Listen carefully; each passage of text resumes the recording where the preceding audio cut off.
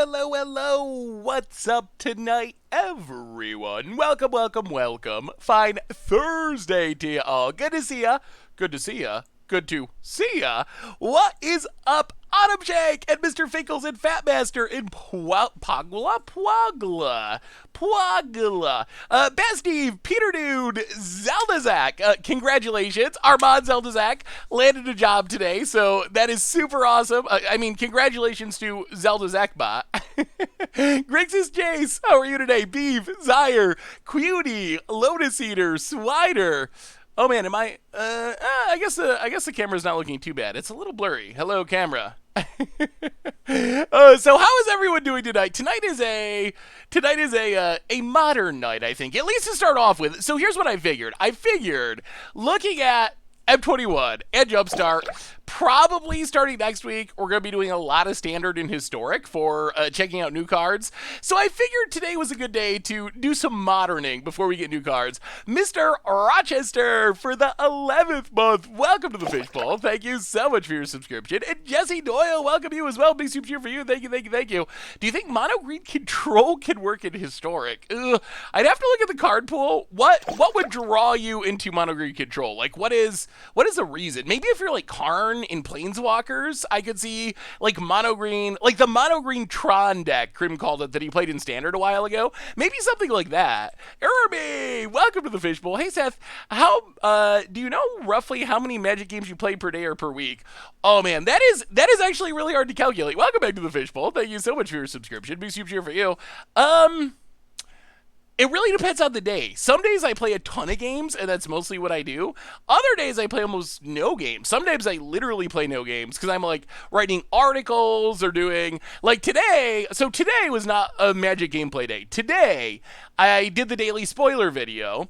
I did a Commander combo video that's going to be going up next week, and then I also did a video about the reprint problem on Arena, which you should definitely check out. I feel like this is something that we really need to bring up to Wizards. And so I don't know if I want to say pressure Wizards, but I guess that is what I want to say. I feel like this is one of those situations where we need to pressure Wizards a little bit for the sake of the player base. So I got a video, I think I'm going to put it up tonight, just about like what the reprint problem is, how Wizards can fix it, like why it actually matters. So I've been mostly doing that stuff all day today. But then like yesterday I played Magic most of the day. So the Vanderack deck was insane yesterday. Do you know what fares against the Sack deck? So, against the Sack deck, I think that it is a so-so matchup. It really depends on our Mutate pile getting killed. If our Mutate pile sticks, we can be okay. But if our opponent can just kill our Mutate pile, then it goes much, much worse. So, they revealed Shieldred for Jumpstart, but they said it was too powerful for Historic on Arena. I don't get that. That really caught me by surprise. I was under the impression that everything in Jumpstart was going to be going to Arena and to Historic, but apparently not. Apparently that's not how it works, which is a little bit disappointing. Anyway, Budget Living End. That looks sweet. I like it. I mean, it seems pretty powerful. And the budget mana looks pretty functional. That looks good. Yeah, I don't understand why. Some of them I don't understand. I guess, let's do our reminders. And then we can talk a little about Jumpstart. Talk about this deck. Start Magic Gig. So, reminder-wise, big one. Donations this month. Still, all of them going to the NAACP Legal Defense Fund. So, we've done great so far. 43, 48, 43. 86.97% of the way to our goal. So, let's keep it going. We got a few more streams left this month. Keep raising the money. So that is a big one. Otherwise, replay YouTube, you can find the old streams. Normal YouTube, I was just talking about a little bit. There was a suite against the odds. We've been also doing daily spoilers, covering all the stuff from Jumpstart. There is the Arena video going up tonight, so keep an eye out for that as well. Frigid for the 14th month. Welcome to the Fishbowl. Thank you so much for your subscription. Big super cheer for you. Thank you. And our sponsor tonight is Card Kingdom. And if you need some magical cards, you know where you can get them. You can get them over at cardkingdom.com. You can even get a free Scoop Soldier sticker. Just let them know you want one in your order notes. Also, they got Core Set 2021 up for pre-sale now. So if you've been waiting for your Core Set 2021 cards, you can get it in your pre-orders. So thank you to Card Kingdom for supporting the show. Otherwise, the Discord is new and improved. The merch page has tokens, t-shirts, playbets, good way to support the stream and the channel and the site. Yeah, I'm excited for some Modern. We haven't done much Moderning lately. Not as much as I would like. So let's talk briefly about Jumpstart before we get into our actual gameplay. So number one, oh my god, is this set insane? Like, it really blows my mind. I have to say, it is way more than I expected. And I know that part of the reason it's way more than I expected is it's got like a weird structure.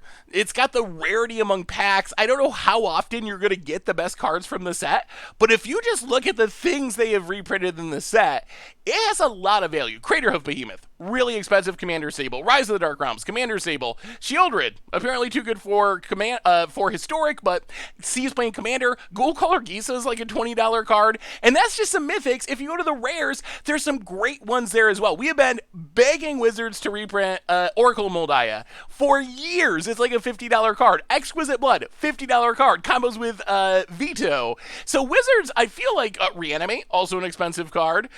So I feel like Wizards has really juiced the value. Rhystic Study, also a very expensive card. I feel like Wizards has really juiced the value of this set way more than I thought. I thought this was going to be like a intro pack kind of set. Like, really cheap, not a ton of value, a few like okay reprints, but Wizards has really pulled out the stops. Most importantly, I am super hyped for Historic. I said this earlier when we were getting into the stream. I would not be surprised if over the summer, I would not be surprised if Historic was the format we played the most. There are so many new decks coming to Historic. Of course, Wizards, they were a little sketchy with with what cards are actually coming to Arena. Technically, the original announcement definitely sounded like all the cards were coming to Arena, but technically they're not. Most of them are, but they keep a list running. Most of the cards don't matter, or I think it's good that they're not going to be in Historic. Like, as cool as Reanimate is, we don't actually want that in Historic. Same with Lightning Bolt or Chain Lightning. That would make Burn just too good. On the other hand, I have no idea why Ball Lightning, for example, why in the world is this on the not approved for Historic list? It's not even, I don't think, playable, or like, if it is playable, it's like extremely fridge playable at Historic. Shieldred apparently the same way, not going to make it. So overall, I am super hyped for this set, and it is going to be awesome on Historic. There's so many new decks we can play. Aristocrats, we got Blood Artist now. We got the Wall deck with Overgrown Battlement. There's Elves is getting a huge boost to power, and we're getting Crater Hoof as a payoff. Thirst for Knowledge for artifact decks.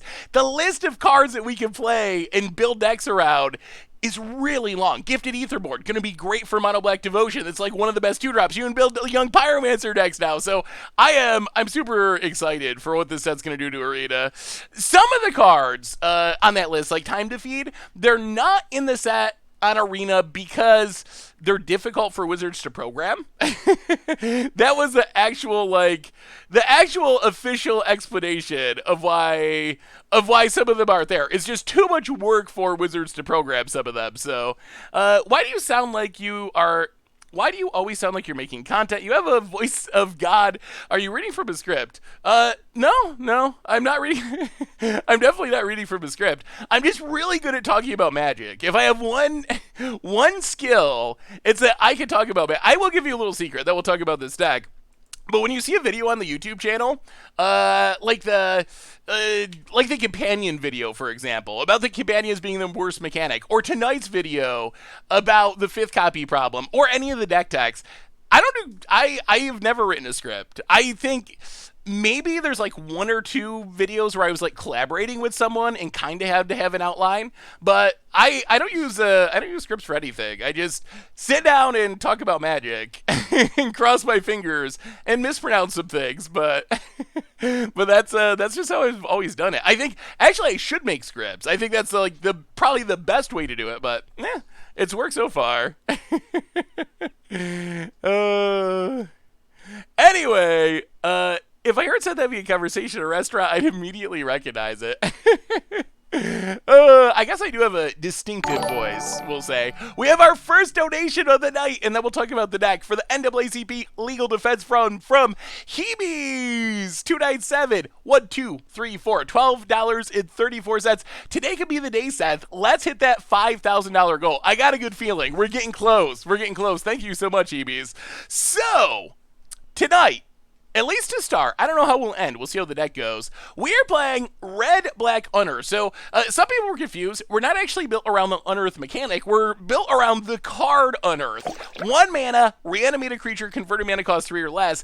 That is the card that our deck is focused on. Dragon Day Dragon. Welcome to the Fishbowl. Thank you so much for your subscription. Big super cheer for you. Thank you, thank you, thank you. So what is the plan for our deck? Well, we have creatures that tend to sacrifice themselves. Vexing Devil comes in. Either we get a 4/3 for 1, our opponent takes 4 and it sacrifices. Kroxa comes in, hits our opponent, makes him discard, sacrifices. Lightning Skelemental comes in, smashes our opponent, makes him discard, sacrifices. So these cards work really well with Unearth because they tend to just naturally put themselves in our graveyard. So we could like Vexing Devil, hit our opponent for some damage, and then next turn, Unearth it, hit our opponent for more damage, Kroxa, drain our opponent, get it back with Unearth, do it again. And then, to make things even more exciting, we have another donation from Lucid, $20 donation. Hey Seth, today's my birthday and I always believe that it's a great day to give to others. I'm 25, recently got a new relationship and I want to do more to help the cause. Black Lives Matter forever. Well, Lucid, happy birthday and congratulations on the relationship and thank you so much for your donation. That is awesome. It sounds like things are going well. 25 is going to be a good year, Lucid. I got a good feeling about it. Fluey, welcome to the Fishbowl. Thank you so much for your subscription. Big super cheer for you. So, to go with this plan, so we have all these things that sacrifice, we have Unearths to get them back. To go with this plan, we have, let's get these super sweet bolts out of the way. All right, to go with this plan, we have Dreadhorde Arcanist, which is cheap enough to be Unearth. It is also a way to flash back Unearth because it's only 1 mana. So we can do like Vexing Devil, turn 2 Dreadhorde Arcanist, turn 3 Unearth Vexing Devil, it dies again, attack with Arcanist, flash back our Unearth, get back Vexing Devil again. We have Dark Confidant for card advantage, Liliana is a catch-all, Kolaghan's Command, removal, and it can get creatures back from our graveyard, Cling to Dust for graveyard hate, Fatal Push for removal, a bunch of discard spells, lands, pretty typical stuff, nothing really to see here, just mana fixing. Sideboard wise, we get some more sweet creatures for unearthing. Fulminator might be my favorite. We're set up for Tron, I think. We have 3 Fulminators and 2 Blood Moons. Fulminator with Unearth, we can keep doing again and again and again. Sack it, blow up a land, get it back, blow up a land, try to get the Flawless Victory, Surgical for combos, Cling to Dust for more graveyard hate, Plague Engineer for creatures, Liliana also for creatures, Collective Brutality, a little bit of everything, and that is Red, Black, Unearth. So let's give it a shot and see how it goes. I haven't played any games with it yet, so we will see. Hey, what's up, Sethro? How are you?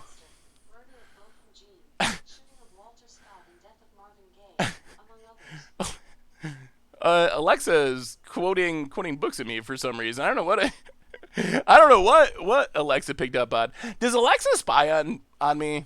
Has anyone figured that out? I kind of assume it does. You never know, like sometimes there's weird static and you gotta walk over and like tap on it and you're like, hey, hello. I feel like I'm gonna hear someone's like phone call accidentally or like walkie-talkie communications. Yeah, I assume so. But it's so convenient. I mean, my personal privacy is a small price to pay for getting to just be like, hey, play this song and having it play. What a world. What a world. If I consider being an auctioneer, maybe if the magic thing doesn't work out. Do I have a hair that's... This hair looks weird to me. There we go. Maybe that's better. Oh, green screen. Doing weird things. Being an auctioneer could be cool. I wonder if I could actually do it. I've never tried. What are they, like, $1? Oh, it's actually, the pattern of an auctioneer is harder than just talking about magic. I don't know if I can do it. Alexa's going to do whatever it takes to make Benzo the world's first trillionaire. Whoa, my God! Holy $619.23, putting us up to our full goal with 12 days to go. Oh my goodness, coming in from Fidget DZ. Thank you, Seth, for all you do for the community. Proud to donate to the NAACP Legal Defense Fund. Well, Fidget, I don't know what to say. I think that's the biggest donation we've had all month, and it gets us up to our goal. That is spectacular. Thank you so much. And thank you to everyone. I mean, keep it going. Let's crush our goal. We still have days to go. Maybe we could, double our goal. At least keep it going. But that is spectacular. We got there way quicker than I thought. So, amazing job, everyone. Seriously. That is awesome. Awesome. And going to a very good cause. Stream mode achieved. This hand's fine. Ooh, we're still going. It's not over yet. $100 from Boblet. Thank you so much, Boblet. No comment, but I definitely appreciate it. Still going. Up to $5,100 for NAACP Legal Defense Fund. Manis, welcome to the Fishbowl. Thank you so much for your subscription. Big super cheer for you. Thank you. Well, let's... We're definitely getting black mana. I think we just Inquisition and then try to get this Bob to stick. I think that is our best plan here. So what are y'all feeling about Standard? Have any of you been playing Standard recently? Where are we at? Yes, I don't know if I could change it after the fact. I'll have to look after the stream. If I can, maybe maybe changing it is a little bit weird. I don't know. But definitely would be sweet to raise even more than we thought. There was an interesting article today from Seth Manfield, who is not me, even though some people get that confused. Oh, it's Storm. Huh. And they have 2 creatures? Oh, this might go poorly. We got another donation from Hebes. We might as well make it 51515, coming in with a 5151 donation. Hebes, thanks again. You've donated a ton of times. Definitely appreciate it. Up to 515151. Yeah, the article from Seth Manfield, I want to hear your thoughts on this. So I have been arguing, I don't even know what we take. All of this is so bad for us. I think we take Opt.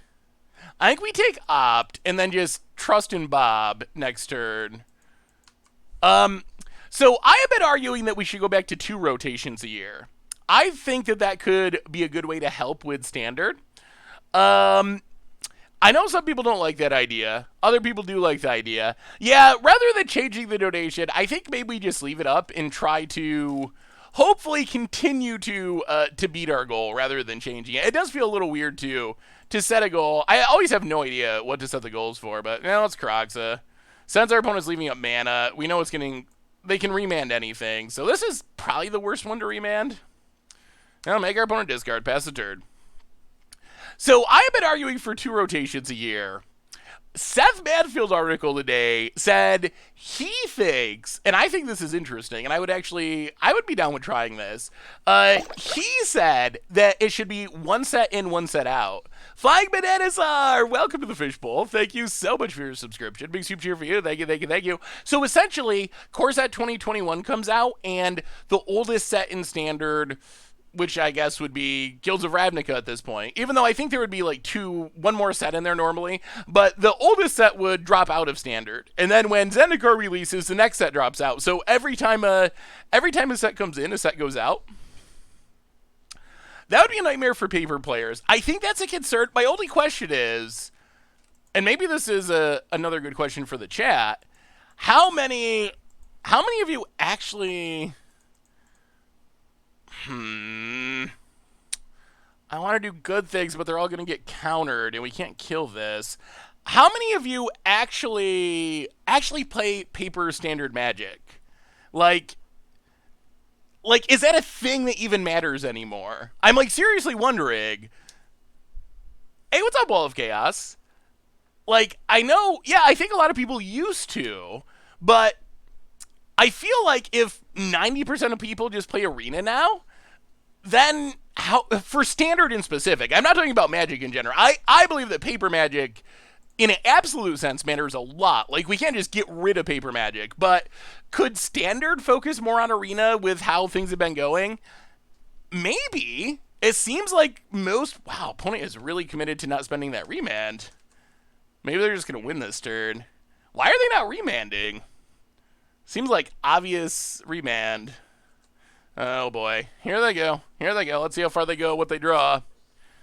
How good do you think Veto Throne of Duskrows will be in Standard? Medium. Medium to bad. I don't think... Are there any combos in Standard for it? I mean, as a whole, Paper Magic, I think, is really important, and I think it definitely needs to be supported. I don't think we want to drop support for Paper Magic in general, but Standard focusing more on Arena than Paper Magic, I could see that being something that is worth considering at least. Universal Steven! Welcome to the Fishbowl. Thank you so much for your subscription. Big super cheer for you. Thank you, thank you, thank you. Yeah, Gary Vito is sweet. Historic, you have some combo pieces. To me, Vito seems like a sweet commander. In Standard, let's pull up Vito. Is it a 1-2?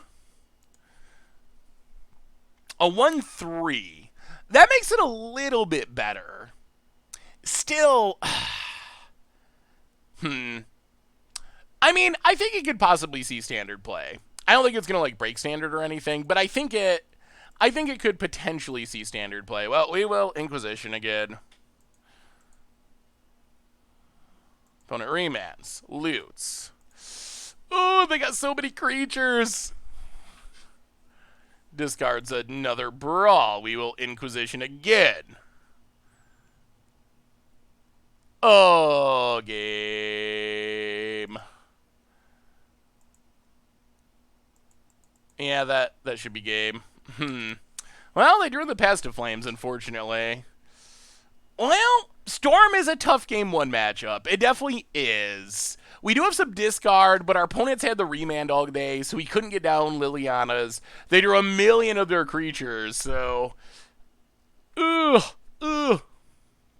What set do you think Wizards will reprint Fetch Lands? I am legitimately nervous about how Wizards is going to reprint Fetch Lands. So, initially, I was convinced that it was going to be like Commander Legends or a random master set, like double masters. That was my initial thought, is like, oh yeah, obviously. But I am becoming more and more worried that it's going to be like a slot in collector's boosters for Zendikar or something. Because Zendikar is associated with Fetch Lands. Well, let's see if they can kill us. They don't have the, like, literal win, but they get a bunch of redraws. And if they hit more draws, then they win this turn. And I guess they don't lose a ton, because they can flashback Past in Flames again. Metamorphose, draws a card. So that's my fear. If it's Zendikar Collector's Boosters, that is the nightmare for players. Like, that is the worst case, because that's, I don't believe, going to do much for prices. If it's Commander Legends, that's great. So, fingers crossed. So, they confirmed that it would not be in Standard. Opponent manages to flashback remand, which lets them loot. Yeah, they are going off. We have another donation. Sethro Jenkins coming in with a $10 donation to the NAACP Legal Defense Fund. Thank you, Sethro Jenkins. Definitely appreciate it. So, Commander Legends is a set coming out... I don't think we have the exact date. It is like wintertime, end of fall, Q4. So like November, December, somewhere in that period. Around when like Unstable came out a couple years ago. Caffeinated Card Nerd, welcome to the Fishbowl. Thank you so much for your subscription. Be super cheer for you. Thank you.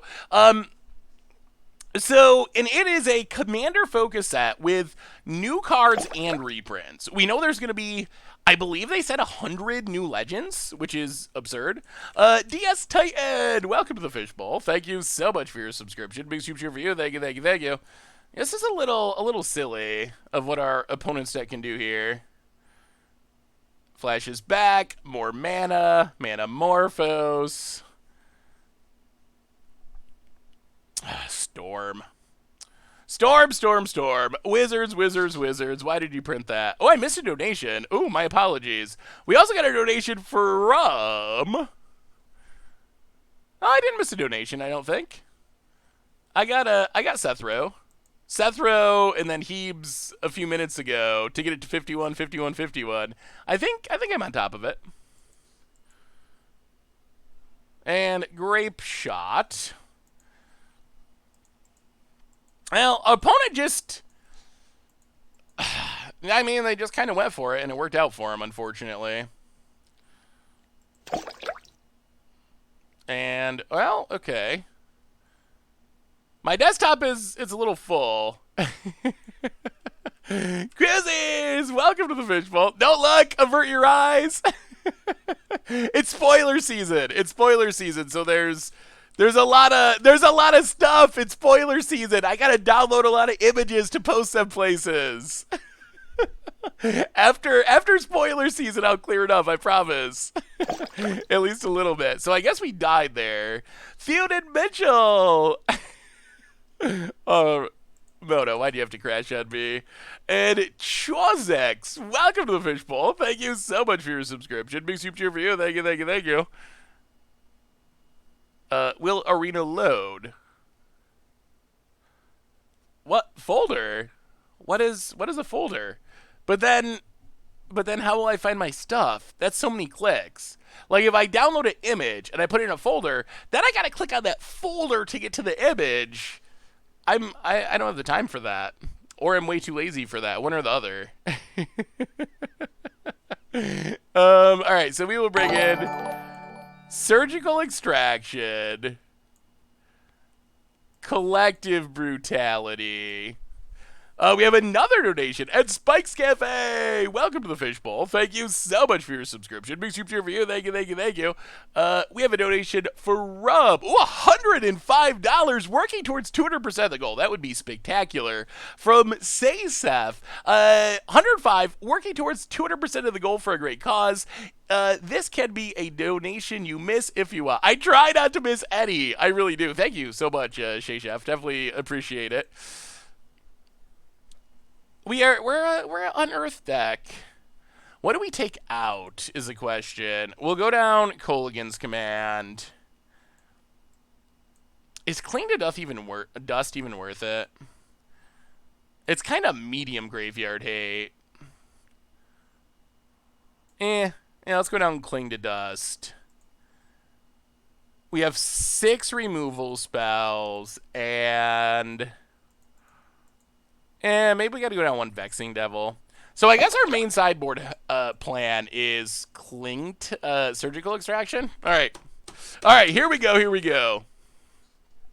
We get to play first. Give us a good hand for Storm.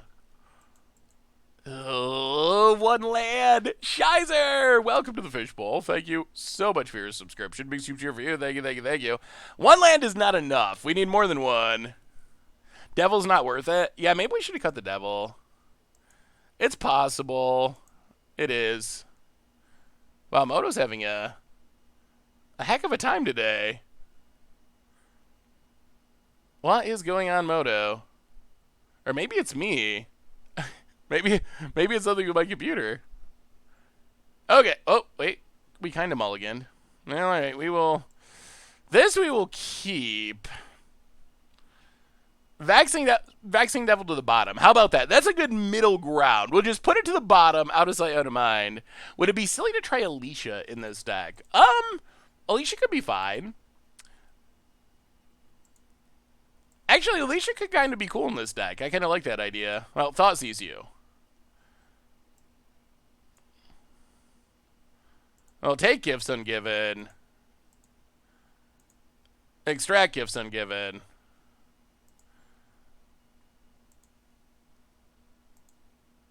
And, alright.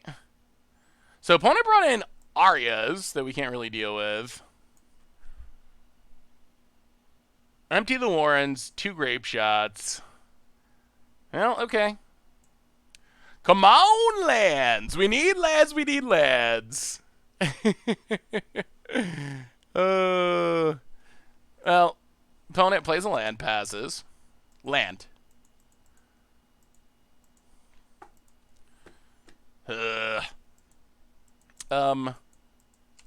Pass the turn.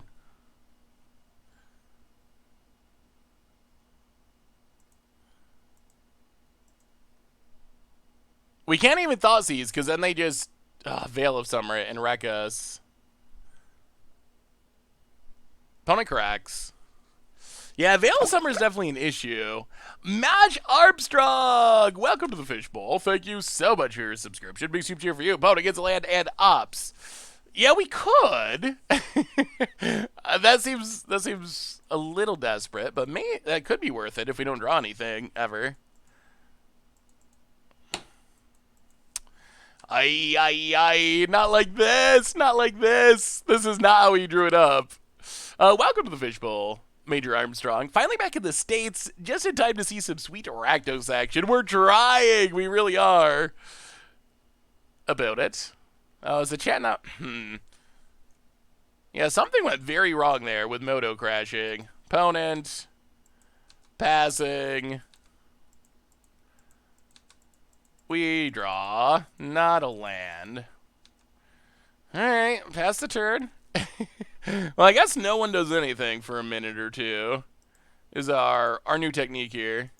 Alright, I will refresh the chat and see what happens. Hey, what's up, Fiery? How are you? I would love to get the Bob in play, but we would like another land to make that happen.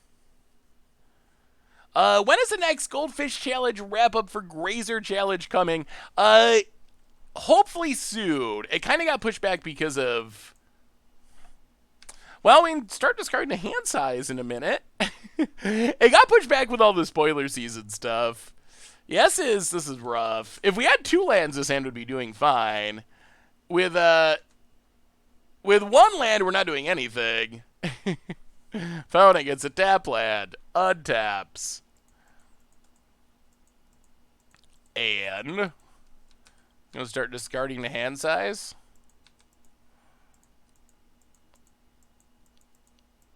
Alright.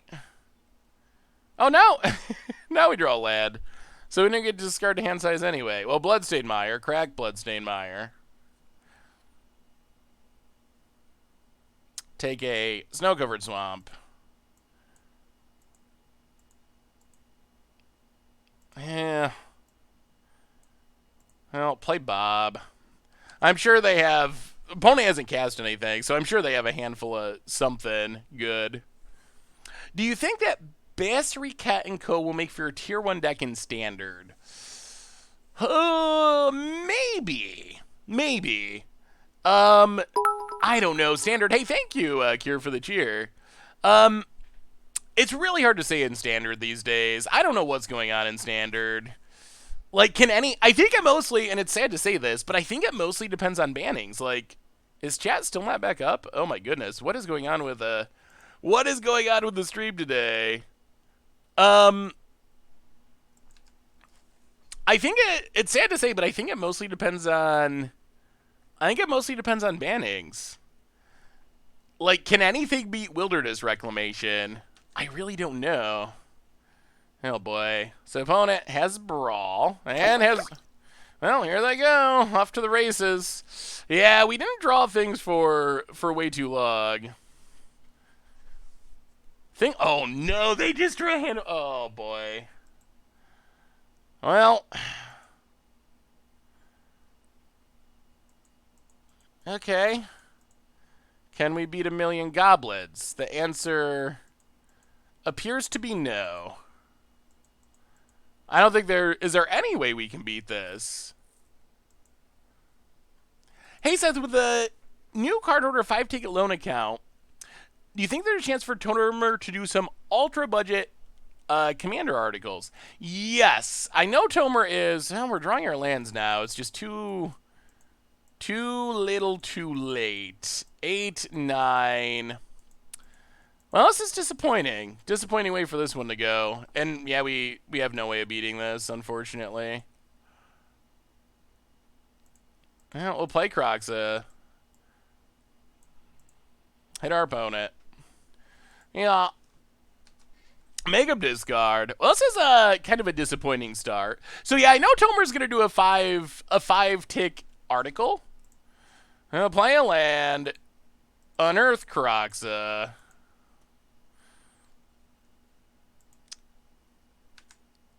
Make our opponent discard. Pass the turn. But that's a lot of goblins. That is many, many goblins. Yeah, I don't know. We might just be chat free tonight for some reason. I don't know why it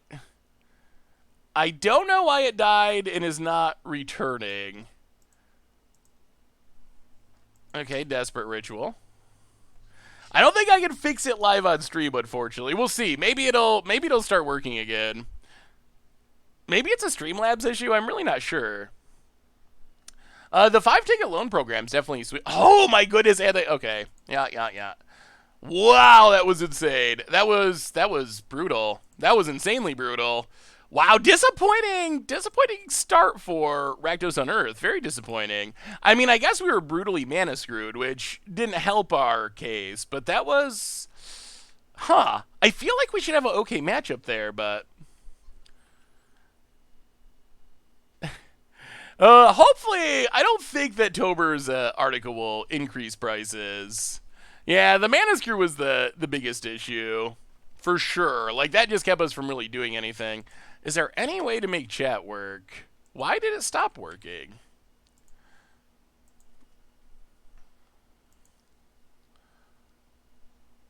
Alright, so logging in.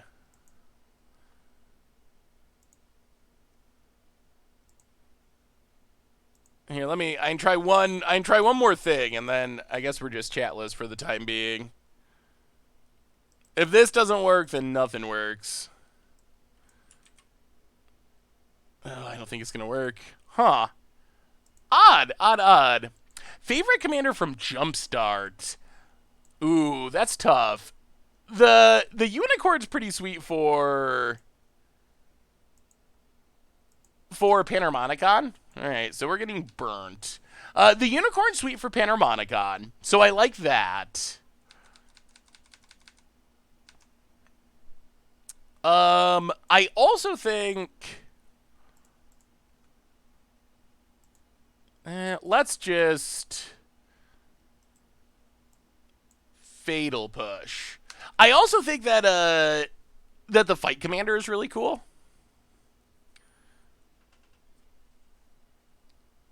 Is the stream lagging again? What is going on tonight with the crashes? Opponent crashes through. What is all of your favorite commanders from... Ooh, Arcanist. What is all of your favorite commanders from Jumpstart? The discard skeleton's pretty sweet, too. Well, take Swift Spear, Scalding Tarn. We are going to shock ourselves, for better or worse. Blood Crypt, untapped. Bedlam Reveler. Alright, we're at 13, but our opponent's got nothing going on. 2 lands in a Burst Lightning. That is it. That is it. Give us some action. Give us some action. Ooh, Scalding Tarn. Alright, let's clear our opponent's hand. Scalding Tarn. Crack Scalding Tarn. This is looking better. This is looking much better. Get a land. Liliana. Take up Liliana. Discard Arcanist, because we can always get it back. Opponent discards. Pass the turn. Kaus is my favorite. I think the fight one is pretty cool, too. Tiny Bones. Is Tiny Bones cute or creepy? I was having a conversation with Tomer about this. Is it cute or creepy? Or just both, I guess, is another option. The Sphinx is really interesting. Oh, I actually missed that the Sphinx is legendary. Burst Lightning. And opponent passes. Oh, Blood Crypt tapped. Unearth. Arcanist.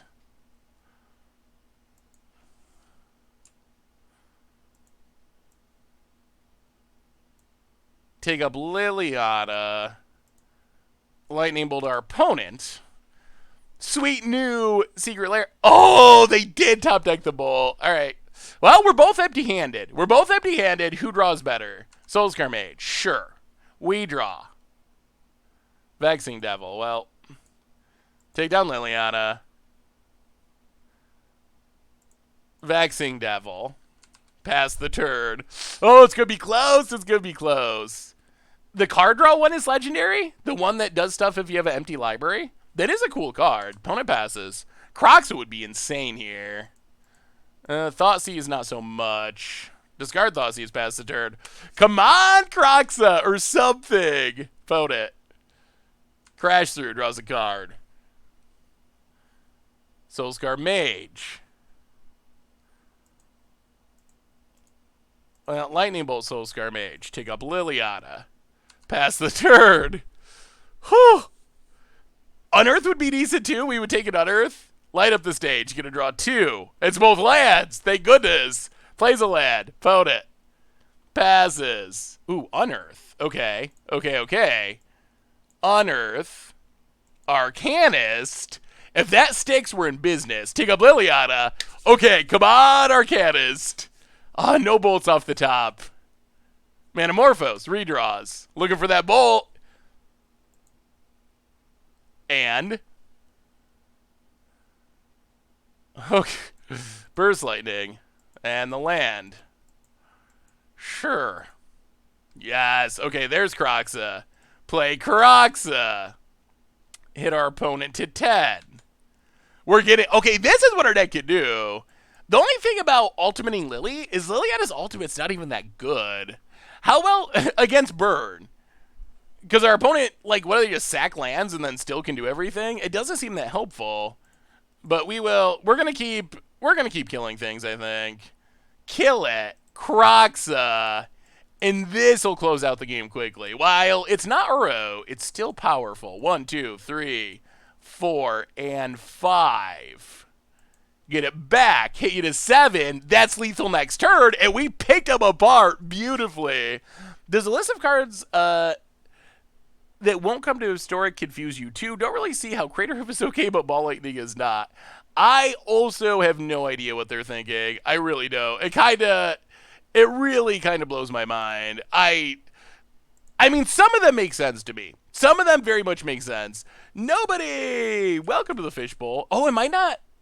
Oh, everything from Streamlabs. Maybe Streamlabs is dead. Because I'm not hearing the splash anymore either. I think that's the issue. I think Streamlabs is just not working, period. Because that does the chat and everything. Maybe if I... because we definitely didn't hear the splash from Crunchy. Or from nobody. We haven't seen anything. Welcome to the Fishbowl. Thank you so much for your subscription. Big super cheer for you. Thank you. Yeah, I don't really understand how they decided on the list, honestly. We'll bring in Brutalities. We'll bring in Cling to Dust. And we'll bring in Magus of the Moon. And we'll bring in... maybe we keep one Vexing Devil. One Vexing Devil is fine. Something like that. Yeah, let's try it like that. I guess Liliana the Last Hope could be fine too. Yeah, let's try it like that. Oh no, you're playing the deck I so want to be bad. I want so bad to be good, but is it? We're trying it. Ooh, Lightning Bolt Tribal. I really like these bolts. I will say, do you think it needs a border in the middle? I think it would look better if they just cut out that middle part, like the red in here. If they just got rid of that and it was full art, I think it would look awesome. Like, you can keep the text on it. That's fine. But, or even not. Ooh, without the text, it would be so sweet. But it's, the box is going right over the best part of the entire art, like the guy getting lightning bolted. It kind of makes it a lot worse for me, I think. Like, I still like it, but it's a lot worse than it could have been. What is a historic card pool? The format is really confusing to me. Historic. So, historic is a unique format in the sense that it's kind of whatever Wizards wants it to be. So it has all the cards that are legal on... it has all the cards that are legal on Arena. And then it has random cards that Wizards has added to the format. And that is basically the format. So there's been 3 historic anthologies and some just like random one-off cards that have been added to the format. Light up the stage. Swiftspear Mountain. Alright, alright, alright. We are getting low on life already. Get a Blood Crypt. Untap.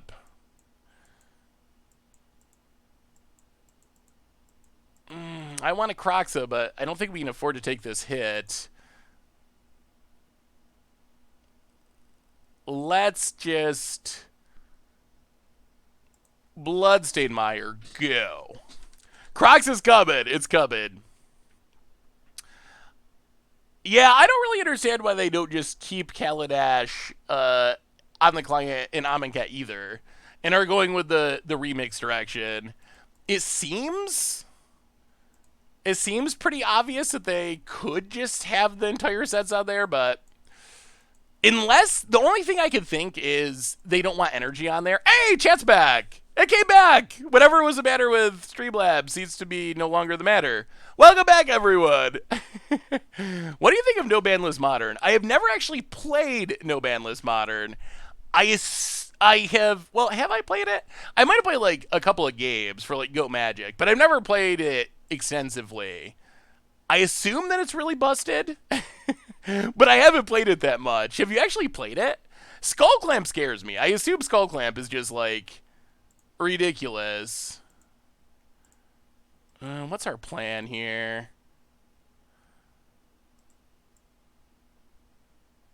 Let's just Kroxa. Hit our opponent. Make him discard. Rakdos Unearth is sweet. It is super sweet. Glimpse of Nature. I wonder if Glimpse of Nature would be okay. Why did Arena official tweet previously say, oh boy, are we going to get into this? Okay, so if you go back and read the announcement of Jumpstart, it is, my assumption is worded in a very careful way. If you actually read the literal just text of it, the way it's worded, it says something, and you could look it up and read it if you wanted to, but it says something like, all of the cards, all of the Jumpstart cards on Arena will be legal and historic. Something like that. All of the Jumpstart cards on Arena will be legal and historic. And if you just read that, it reads like, oh, all the Jumpstart cards will be legal and historic on Arena. Like, that's what everyone thought when they read that. But if you really think about what those words mean, all of the Jumpstart cards that are on Arena will be legal and historic. That gives you the out that, well, obviously, if we don't put it on Arena at all, then it will be legal and historic. So that's my understanding. I don't know. So I think it was like cunning wording.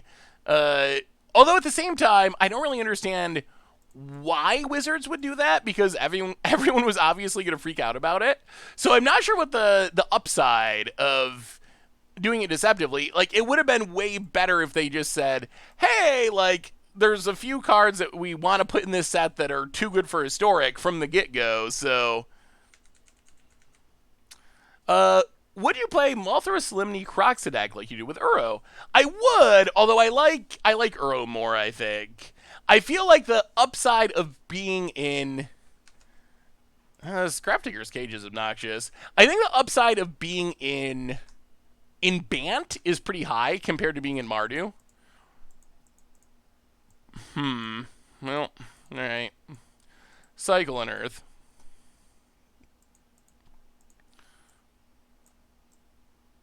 Scrap Digger's Cage. Scrap Digger's Cage is making our life a lot harder. Take it out, pass the turn. But yeah, you could definitely do it with Kroxa as well. Hey Seth, do you think if Modern had no ban list, one deck would dominate the format? If so, which one? Opponent spikes us. What would be the dominant deck in Modern with no ban list? My first take is something with Skull Clamp. Like Skull Clamp Affinity or Skull Clamp Affinity maybe. Like with Mox Opal and with Skull Clamp, that would probably be pretty busted. Eldrazi Winter Eldrazi, I think would also be a deck that could be one of those decks. Take it up. I mean, if we can ultimate Liliana, we can get rid of Grafdigger's Cage. I think that's our... I think that's our main... oh, no. Oh, boy. Oh, boy, oh, boy. Oh, dear. Things have taken a huge turn for the worse. Oh, my goodness. Oh, no. Oh, this is so bad. Eldrazi winner Eldrazi would also be... oh, yeah, I think that does it. Oh, we got our opponent to 1. Wow, that was insane. What a turd for our opponent. Hits us. So if we draw a removal spell, we're still live. We need to draw a way to kill the Swift Spear, I guess. And then we can Liliana. Oh, Vexing. Okay. All right, we're going to take out that Vexing Devil. Ay, ay, ay, ay, ay. Well, that was rough. Check out the MBL Modern series on Twitter and streams on Twitch. What is, for people that have actually played No Bandless Modern, well, we're going to bring in more Kolaghan's commands, because apparently, yeah, we're going to go on this Vexing Devil. I'm sorry, Vexing Devil. This is just not your matchup. Apparently, our opponent's bringing in Grafdigger's Cage, which I actually kind of wasn't expecting, but that was very good. And then they just chained everything together. Well, let's try it like that. Yesterday I got Mythic Honoria playing Storm Herald Reanimator Best of 1 Historic. Did you try the deck? Ooh. I don't think so. Do you have a deck list? That is the most lands I've ever seen. We will mulligan. Well, this is not the most lands I've ever seen. It's still many lands. I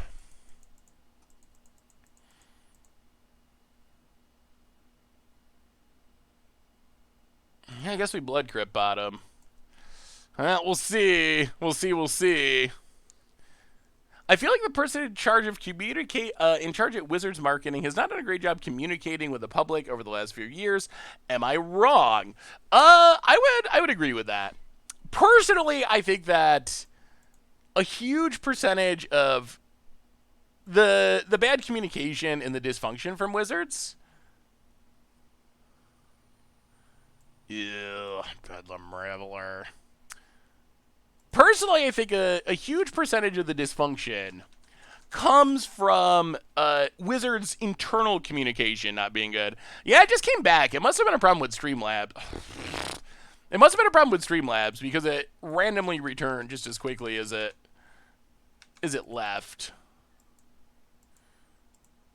Oh, Scalding Tarn, go. Oh, this Bedlam Reveler. We got to find a way to get rid of this Bedlam Reveler. We need a Thoughtseize, I think. Opponent crashes through. Draws a card. Goes to combat. Well, we will Fatal Push. Untap. Well, alright. Crack this. Lands. We're gonna have to cycle Unearth, unfortunately. Brutality. Does not get rid of this Bedlam Reveler. Biscuit Man! Welcome to the Fishbowl. There's a land. Thank you so much for your subscription. Big super cheer for you. Thank you. Eldrazi winner Eldrazi was insanely impressive. I think that was probably the best. That was probably the best modern deck of all time. I think that is very likely that would be the best modern deck of all time. Well, opponent, 3 spells in the graveyard, 4 spells in the... oh my god! They drew Bolt. 4 spells. They're actually really close to playing this Reveler, and we're just not going to beat it. Draws a Grafdigger's Cage.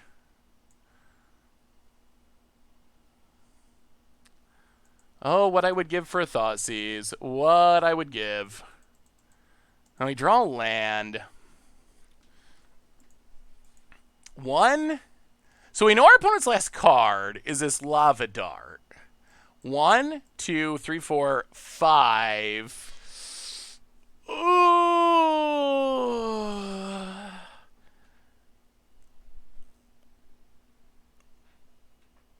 Okay, let's pass. Let's pass the turn. Pass the turn, see what our opponent does.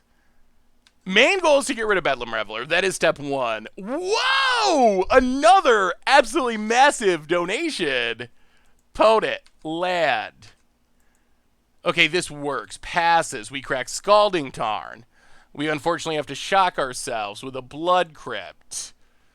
We will. Another huge donation coming in from Curtis 7, $250. Hey Seth, longtime YouTube watcher and a big fan of content. So happy to see you fundraising for such a deserving cause. Let's see how far past 100% we can get. Thank you so much, Curtis. That donation to the NAACP Legal Defense Fund certainly going to help. We're up to 110%, which is pretty spectacular. All right, so target player discards a card, destroy target artifact. You discard, blow up you.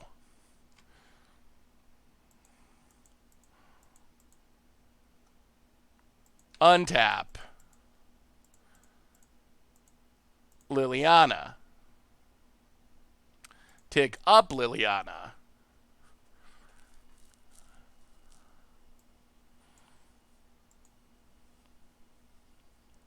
Discard. Collective Brutality. Opponent discards Soulscar Mage. Can we get rid of this thing before it comes down? Will it happen? Iron Dreaded! Welcome to the Fishbowl. Please not a land. Thank you so much for your subscription. Big soup cheer for you. Opponent passing.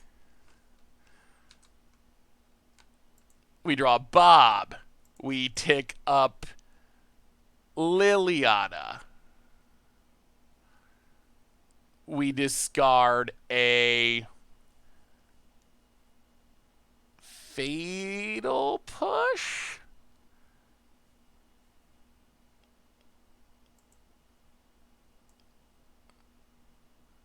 Discard a Fatal Push. Opponent discards Skullscar Mage. Play Dreadhorde Arcanist. Huh? If our opponent draws a land, they get down their Bedlam Reveler, and all bets are off. Opponent. Oh, they top deck the land. They get to play the Bedlam Reveler. They get to draw 3. So that was a good turn. That was a good turn. Any funny black tribal decks for new Modern players? Zombies, rogues, vampires are probably the best. I would say those are the best new player tribal decks for Modern in black. That can be mono black. If you go into other colors, you have more options. Hey Seth, love the stream and the donation cause, but is there any way to move the manner so it does not cover the part where it shows the OP card in the hand? Oh. Yes, I might be able to do that. I wasn't thinking that cards in hand was something that matters, but I can probably maybe. There we go. We'll thread the needle. How about that? And we got another donation. How do we navigate this turn? I'll go to combat, attack our opponent. Flashback. Inquisition. We got another donation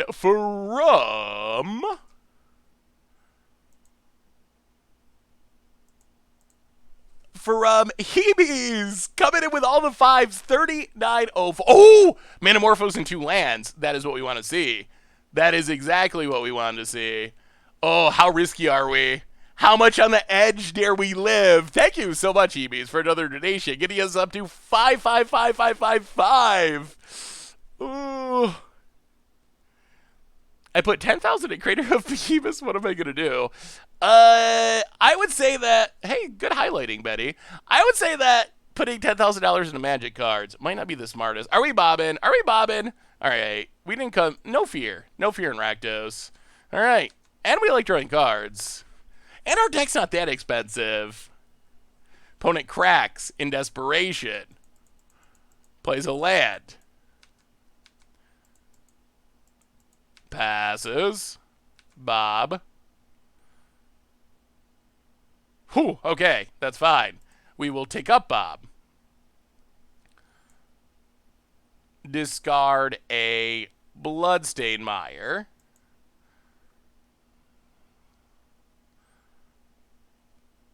Play a Mountain. Go to combat. Attack you. No flashbacks.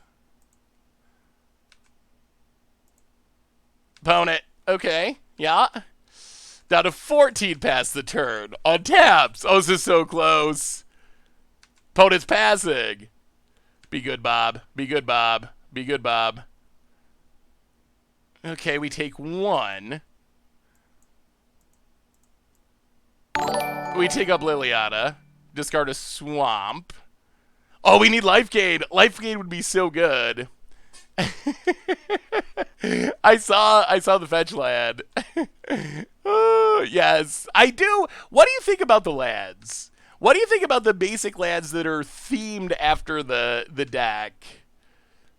Opponent goes to 11.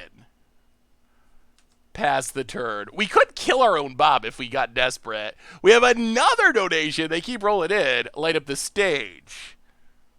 Grafdigger's Cage Mountain. We got another new donation from Dragon Day, $10, 200%. Here we come. Every little bit helps a great cause. Indeed it does. Thank you so much, Dragon Day. And we're getting there. We're getting towards the 200%. The Phyrexia one is sweet. I actually, I had this idea. As you know, I'm a bit of a land connoisseur. At least I consider myself a bit of a basic land connoisseur.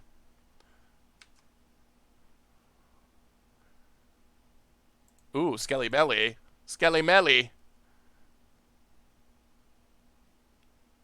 Is that game? Is that game? Skelemental. Bolt your face. Got him! Got him, got him. That was beautiful. Go to combat. Swing. Plague Bob worked out. Attack. We get to flashback the Lightning Bolt. The super sweet Lightning Bolt. And that's game. Whew. Oh, wait, it's not game. Is it still game? I think it's still game. We will Lightning Bolt you to 5.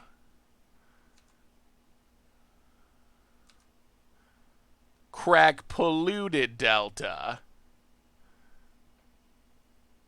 Nothing sneaky in the graveyard. Okay. Blood Crypt. Untapped. Bolt you. Oh, got him! That was beautiful. Quantum! Welcome to the Fishbowl. Thank you so much for your subscription. Big super cheer for you. Thank you, thank you, thank you. Any buzz about Pioneer on MTGA? So we know Wizards has said that they are working on getting cards for Pioneer on Magic Arena.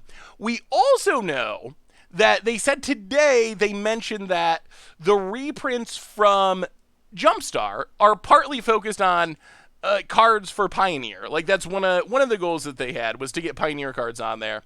On the and we also know that there's going to be like Amonkhet Remastered coming, other stuff like that. On the other hand, I really believe that it's going to be a while before we have Pioneer. Like, I think we're looking at years before we have true Pioneer. I want to use my Commander deck and crush Tober with it on stream and make a video, make it happen. Ooh, what is your Commander deck, the Shibs? I do like crushing Tomer, especially if it involves drawing cards. But that would be fun. So I think it's going to take a while, honestly. I think we might have, 1,000 viewers. Welcome, everyone. Phil Bretto, welcome to the Fishbowl. Thank you so much for your subscription. Big super for you. Thank you, thank you, thank you. I think it's going to take a minute. I think we could see like a Brawl queue by the end of this year. But it will not, or not Brawl. Oh my goodness, why am I saying Brawl? Pioneer queue by the end of this year. But I think it'll be a while till it actually is Pioneer-like. Like, if they throw up a Pioneer queue this year, it's going to be, like, historic, minus historic anthologies and Jumpstart, plus, like, Amonkhet Remastered. So it's not going to be very close to actually Pioneer.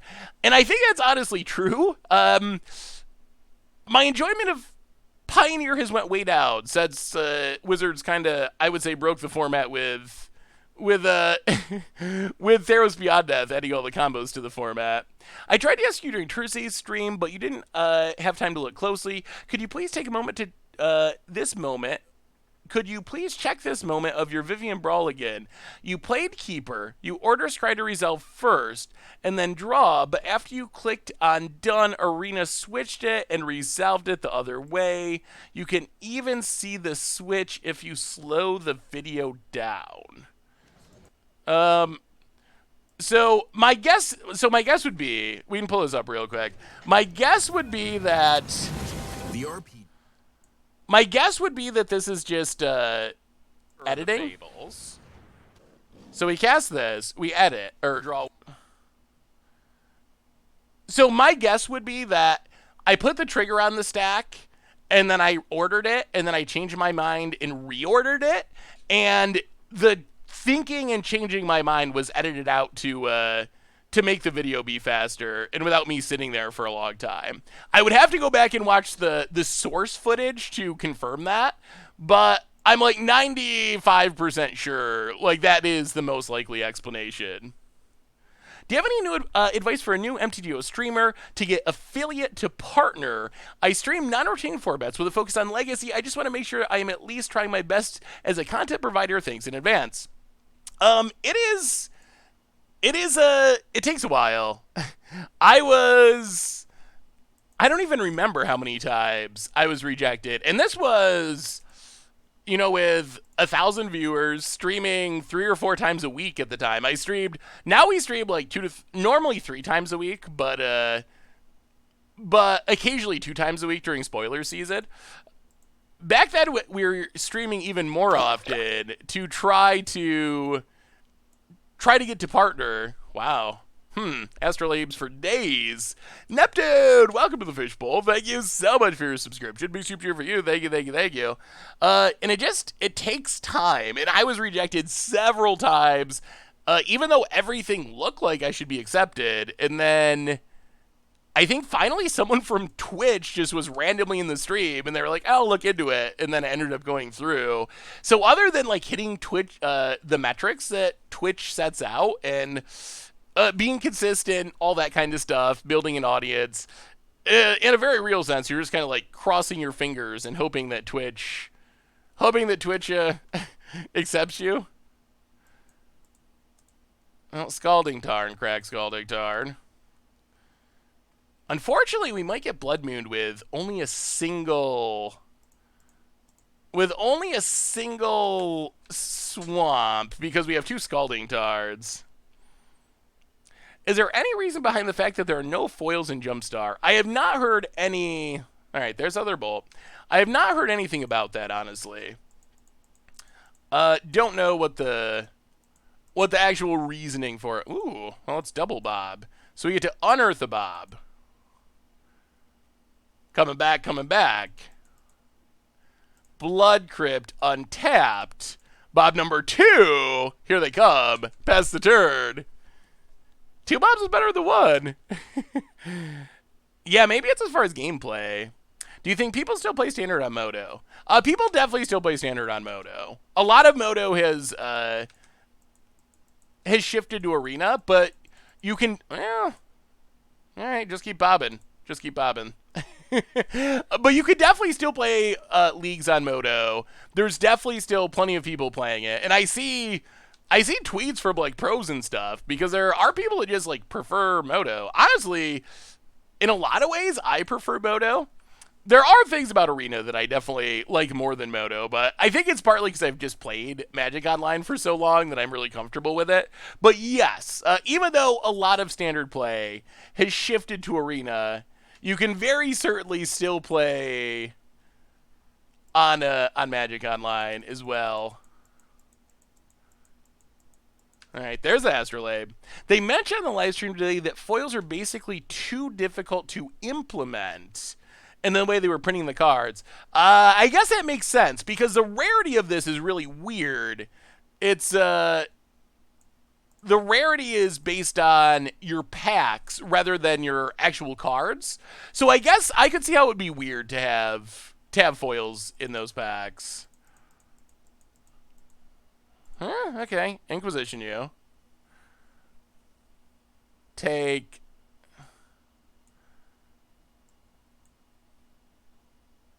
Seasoned Pyromancer.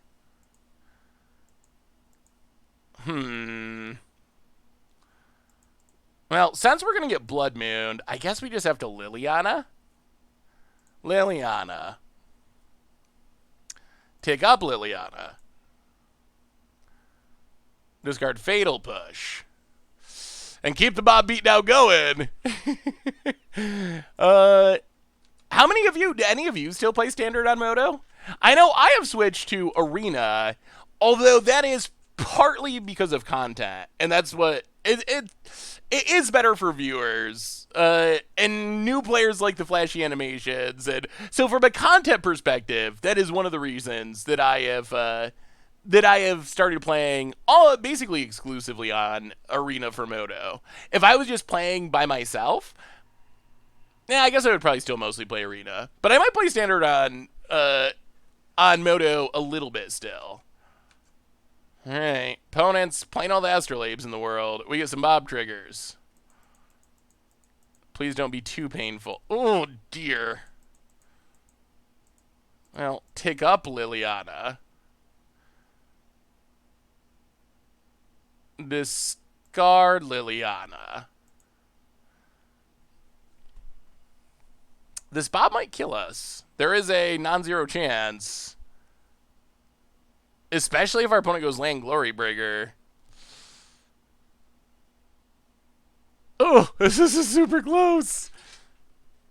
I am ridiculously excited for Historic. I think, for me, the last, 9 months, 6 months, however long it's been, oh, they discarded the Glorybringer. Maybe they have two. Well, Inquisition, yeah. Ooh, it's a Chandra. All right.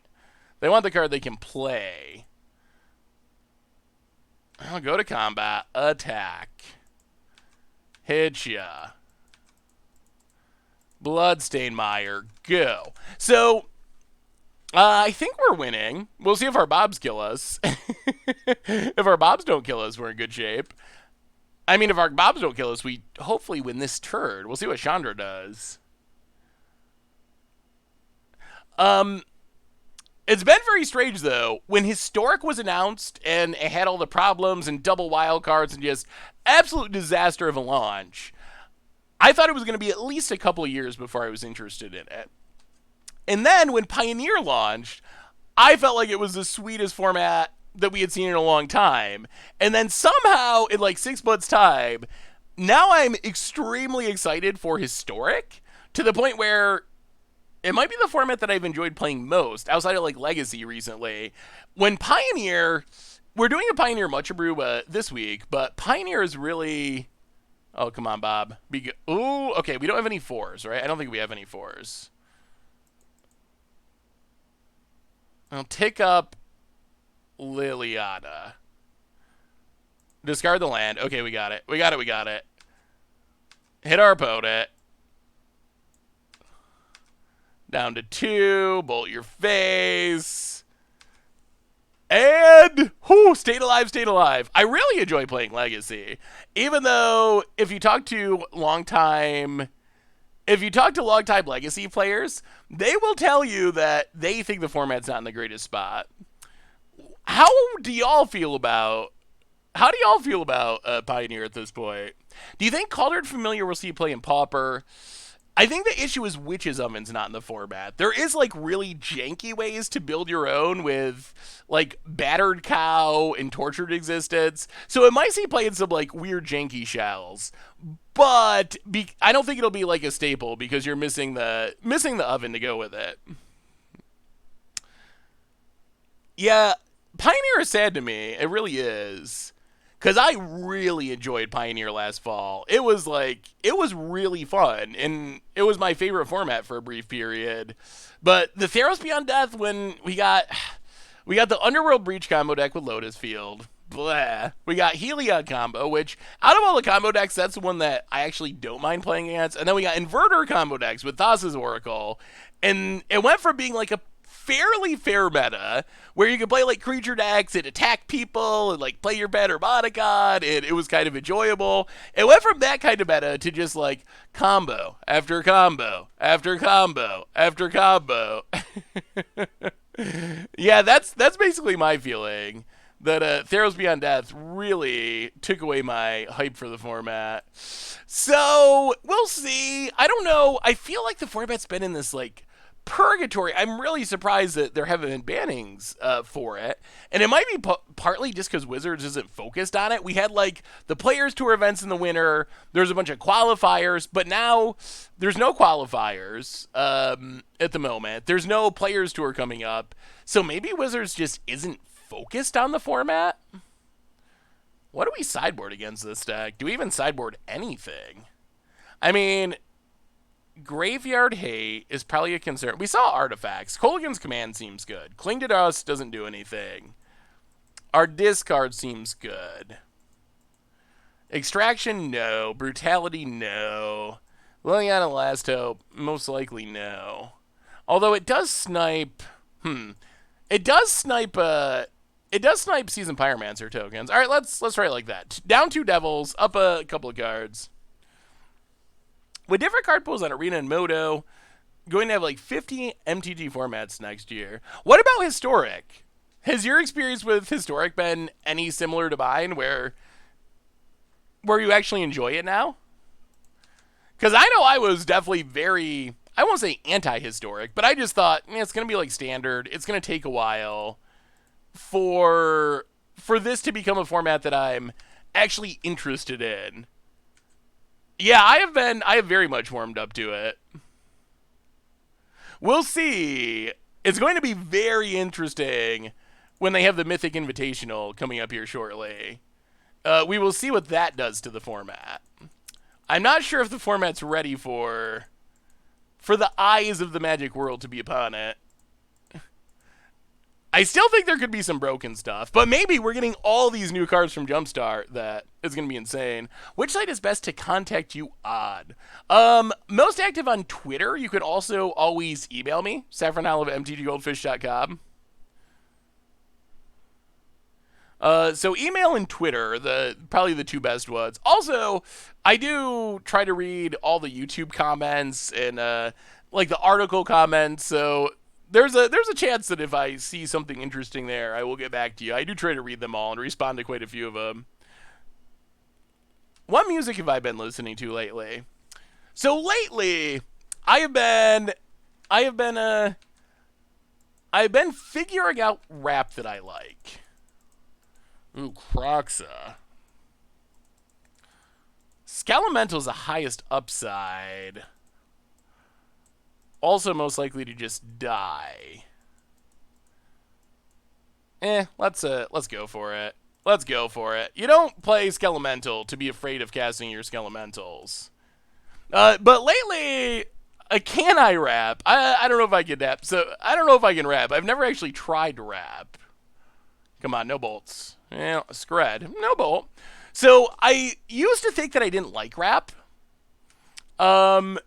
I used to think I just didn't like it. But I realized that, like, basically every other genre of music, it's not that I don't like rap. I just don't really like the rap music that's played on the radio, which is basically the same as rock and country and pop and like every other genre of music is more or less the same, where it's not actually the genre as much as Karn. Well, we can bolt the Karn. It's just the radio version of it. So I've been listening to lately, I mentioned on Twitter Chance the Rapper. I know Chance the Rapper is pretty popular now, but older Chance the Rapper stuff. Brother Ali is someone I've been listening to a lot recently. A rapper out of Minneapolis.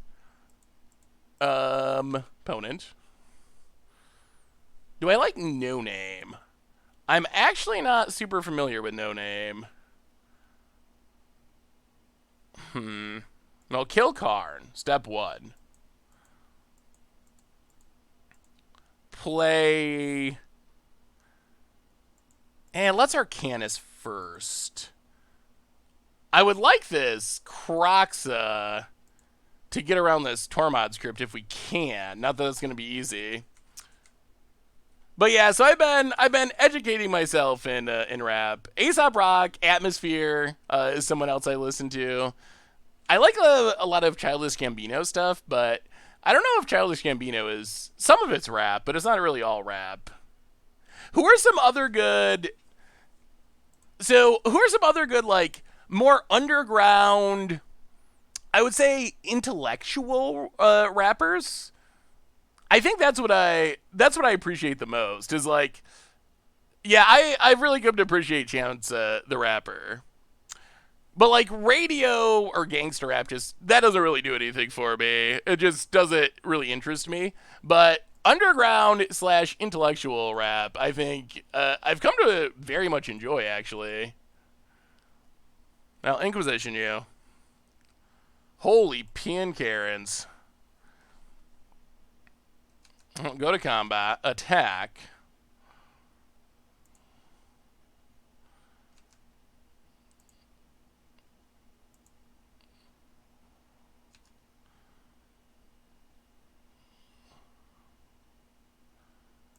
Lightning Bolt, P and Karen.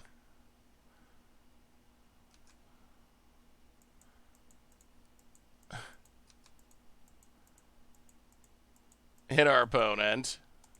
Snow-covered swamp. I'm not 100% sure if we can beat 3 PN Carrots. I don't know if we can.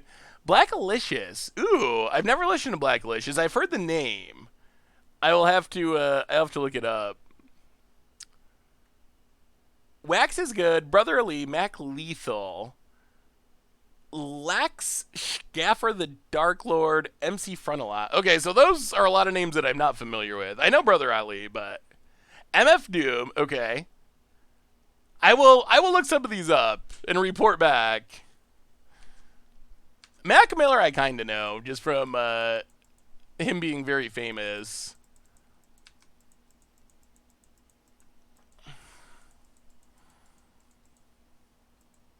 All right, so Bloodstain Meyer.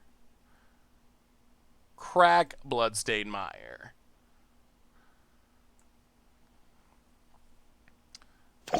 Snow-covered mountain. Let's see if we can do this right. Croxa.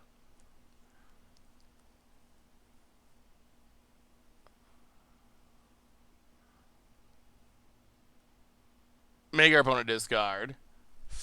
Ooh, gonna be close. Chaos Engineer! Welcome to the Fishbowl. Thank you so much for your subscription. Big soup cheer for you. Thank you, thank you, thank you. So we need the discard to resolve first. So opponent has to discard.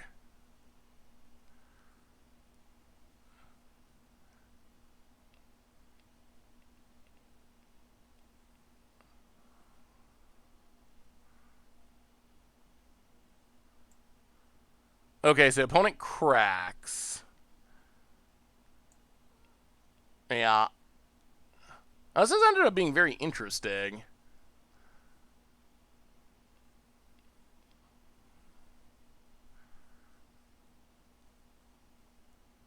Opponent discards a PN Karen. Well, Fatal Push. PN Karen. Go to combat attack. Oh, actually, pass the turn. 3 PN Carrots is tough. How in the world do you beat 3 PN Carrots? Opponent plays a land.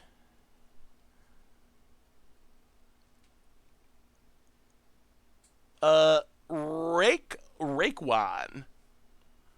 Only built for Cuban Links. Best rap album ever. Ooh. Is Loris still around? Loris is sort of around.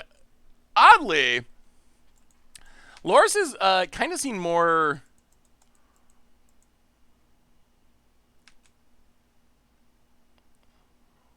I'll go to combat attack. Loris has kind of seen more main deck play than companion play since the changes. Well, Killothopter. Opponent. Blocks, blocks, blocks.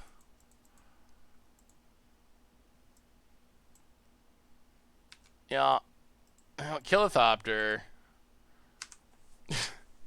We're trying to slog through three Pied Karas with 1-for-1 removal. Found it. Oh, stomps. Aw, that's a good draw. Boat it. Ooh, lures from a booster. That's sweet. Scrying sheets. Yeah, this is where it's tough. I'm not sure how our deck recovers from here with. Oh no! Oh, holy graveyard hate. I'm not sure how our deck recovers to here with our opponent at 19. Seems tough. I guess it's a Bob. Bob would be our best bet. There's a Stomp. We do have Dark Confidants, indeed. Bonnet gets in. Oh, even more lands. Oh, yeah. Yeah. I think they got us.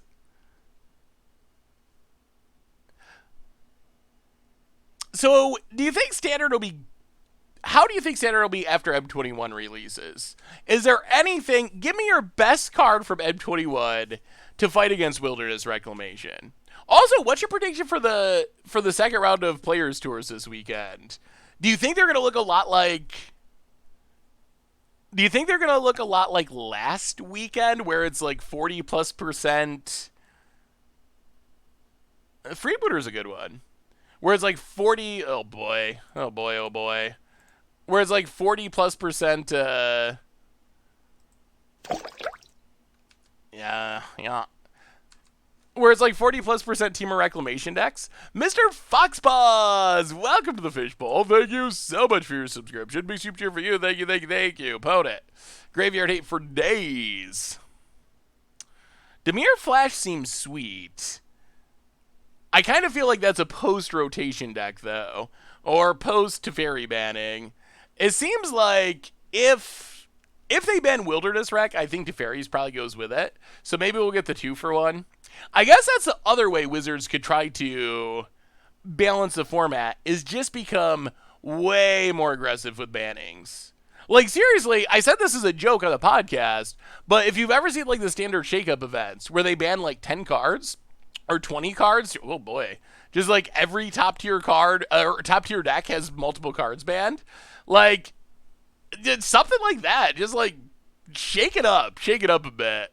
And again, that's stuff that's, like, super painful for paper, but I feel like it's less painful in the Age of Arena, at least to some extent. Maybe it's less painful enough that it's fine. Team of Rec will not be the deck. Ooh, I hope not. I mean, it is the deck right now, but maybe it will be overtaken this weekend. I would love that. Yeah, I don't know about Grim Tutor in Standard. I'm actually kind of skeptical that Grim Tutor will be good in Standard. I don't think it'll be super heavily played. I don't think it'll be, like, horrible, but I'm not expecting it to be amazing in Standard. Before game number 3 here against Scred, a reminder that our sponsor tonight is Card Kingdom, and if you need some magical cards, you get them over at cardkingdom.com. Thank you to Card Kingdom for supporting the show. Yeah, we could run Castle Lockwain. It might be worth it. We do have some tough mana costs. Crocs in specific, being double-double is a little tough. No matter how good aggro cards are, you won't be able to print good aggro lands. Things will stay the same. I mean, lands might be part of aggro's issue, but I don't know. I think the bigger issue for aggro is just, like, it doesn't beat ramp anymore. I think that would be, in my opinion, the main problem. It used to be that aggro was actually like the best answer to ramp. If you're up against a ramp deck, aggro just got in under them and was awesome.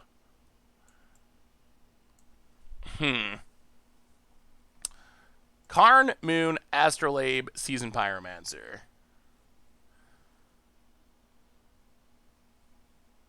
I don't know what to take from this. But now Ramp has Uros that gain life, Crossuses that gain life, Abrial Grazers that block for days. Cat Oven as well is another issue.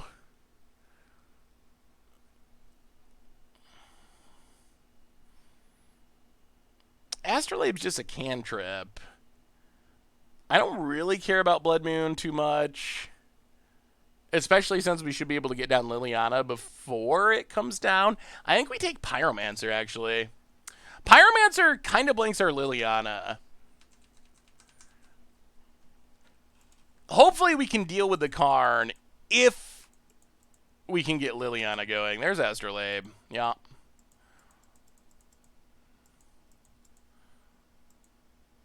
Oh, Scalding Tarn. Crack it. Snow-covered mountain. Vexing Devil. Huh. I wonder if Vexing Devil's good enough in this deck. I'm on it, like, it's 8 damage if we unearth it, but I'm actually not sure if it's actually good enough. It might not be. What do you think about a dual land that enters untapped if lands you control produce only 2 colors? Only the 2 colors of the mana it makes. Ooh. I think that Vexing Devil is definitely a sweet card. Is it a good card? That I'm not 100% sure. Well, Bloodstained Mire. Crack Bloodstained Mire. Snow-covered Swamp. Gotta play around this Blood Moon. Liliana. Tick it up. Blood Crypt. Discarded. Scally would be good. Oh, opponent's not going to Blood Moon. They just give up on the Blood Moon. Well, pass the turn. Stomps Liliana. Yeah, that's decent. Untaps.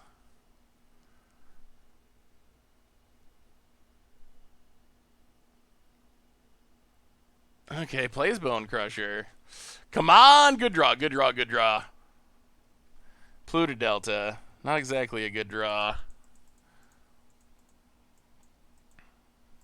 Well, Thoughtsees you.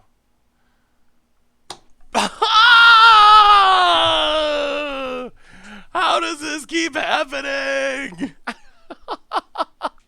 Oh my goodness. Oh, Scred is... Holy moly, they are drawing every single... Hey, what's up, Atari? How are you? Yee. We saw their hand a minute ago and it didn't have anything, and now it has everything. Every single thing.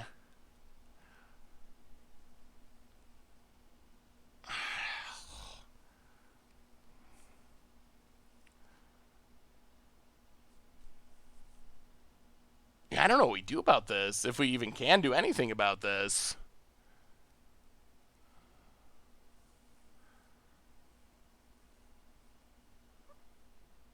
Is there any way we beat this?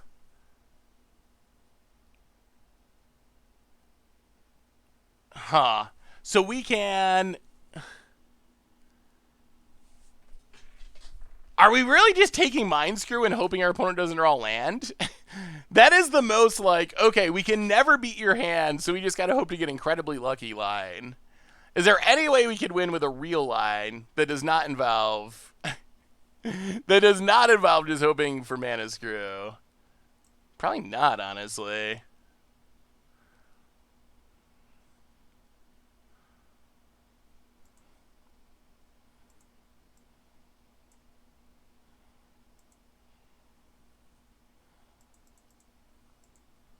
Alright, no lands for you, please. Opponent even has this scrying sheet, so they're gonna find lands. I don't think there's any way this actually works out in our favor. Okay, land off the top. Well, yeah. I mean, Magic is a game where you draw cards, and sometimes all your good cards are drawn in a row.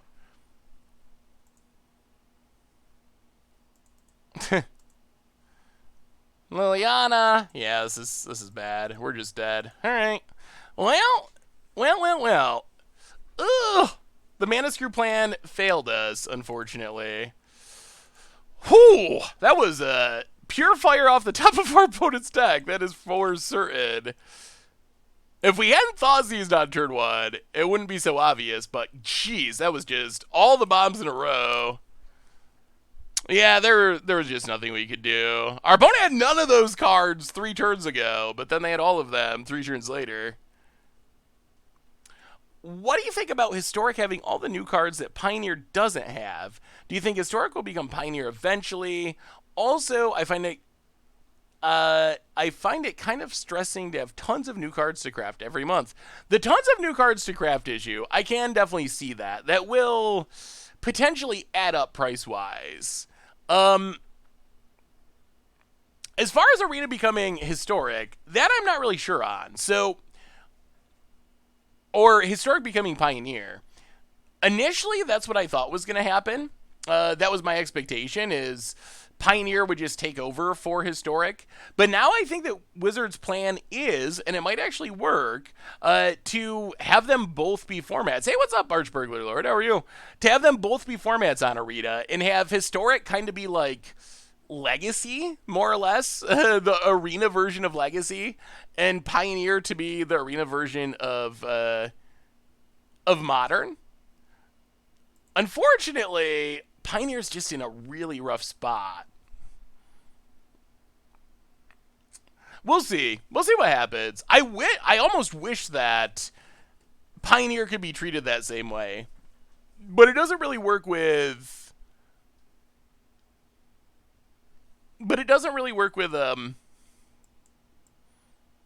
I mean, I guess we're casting Vexing Devil. It doesn't really work with paper, though. You can't just put tons of cards into paper formats because it has huge negative impacts on people trying to buy the cards. So I saw people are trying out Modern pre-war. I have not actually even heard of that. That could be interesting. I don't know if that would be, I wonder if that'd be good or not. I've heard that from other formats too. People saying they're doing like pre-2019 whatever, Legacy or Vintage. It's pretty crazy that you have to do that for formats like Vintage or Legacy. Formats that are traditionally just so ridiculously overpowered that new cards hardly ever break into them. But it's interesting that even those formats are tempted to cut out 2019 cards. Are we crashing Moto tonight? We already had it crash once. It didn't ruin the game, but just like the client crashed. Well, I guess we just go full on discard plan. Croxa you make you discard. Well, we'll see. See what big things our opponent has, and then Skelemental make you discard. If we can get our opponent empty-handed, we don't got to worry about big things. Our deck seems to do better with efficient answers. All of our removals based on killing efficient things. So when our opponent starts playing big things, it gets much more difficult. Are we having a stream Monday? No Monday stream this week. Monday streams will be returning the next week. Next week we have a bonus stream on Wednesday because that is the preview stream for M21 on Arena. Oh geez. Okay. Well, we're gonna put our opponent to 2 cards in hand, but they have infinite mana. Yikes. Ugh. Oh, is this deck actually not very good? Yeah, our opponent's playing Panza or green-red mid-range. Arbor Elf is a good card. Well, Blood Crypt, untapped. So we're going to get our opponent low on cards, but not out of cards. And that means 1, 2, 3, 4, 5, 6. We know it's action. We got to hope that the last 2 cards are not very good, but it looks like the 1-lander might get there. 1 land with Utopia's Brawl double Arbor Elf is not really 1 land, I guess.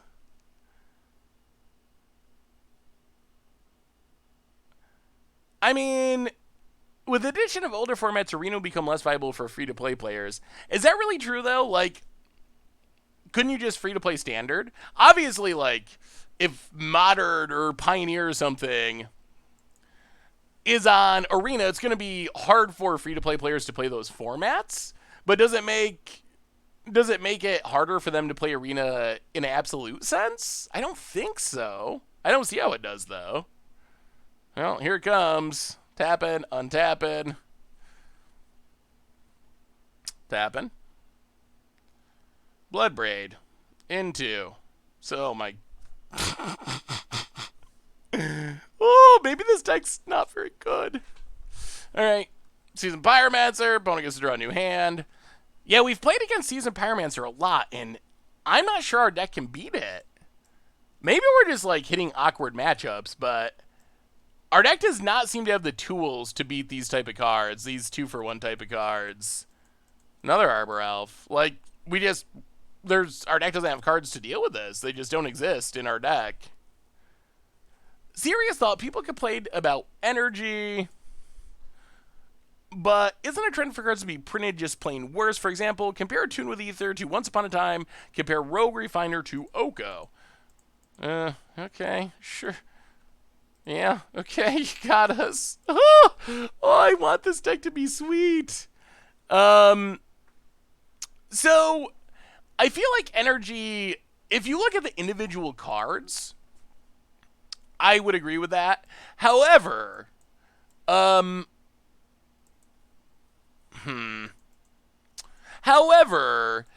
wasn't really about individual cards. Energy was more about how it all worked together, essentially.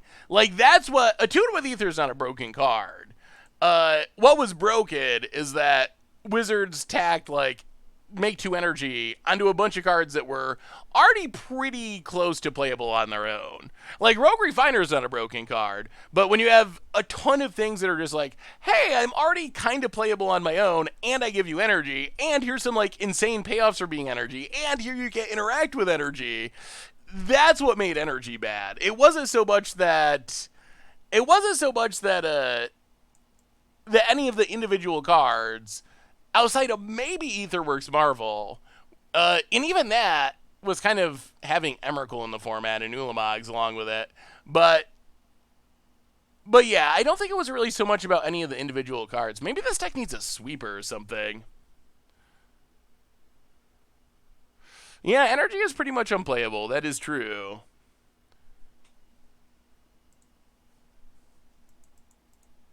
Well, here comes the discard.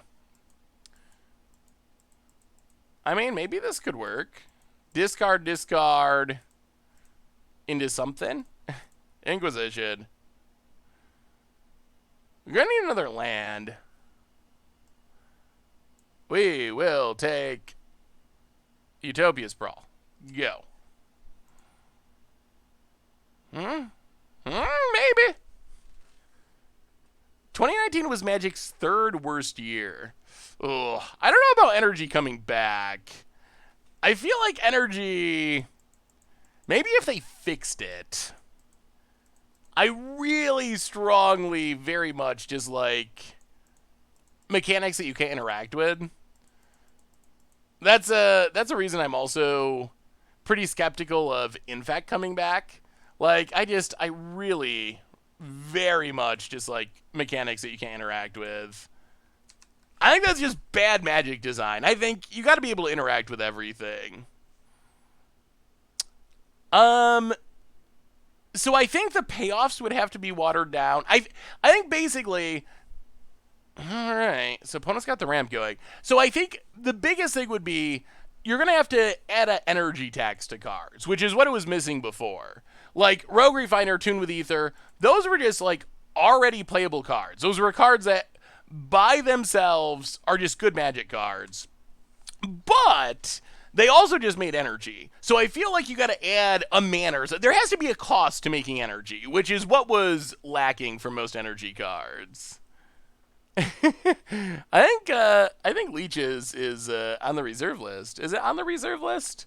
I think it might be. With all the bad things going on in Magic, bringing back energy is a tough sell. Yeah, that is true. Well, this is going to be awkward mana-wise. We have one swamp we can find to play our deck. If we hit any land, though, we get to Skelemental. Well, okay. Those would have been good earlier, but that's fine. We will play Skelemental. Hit ya.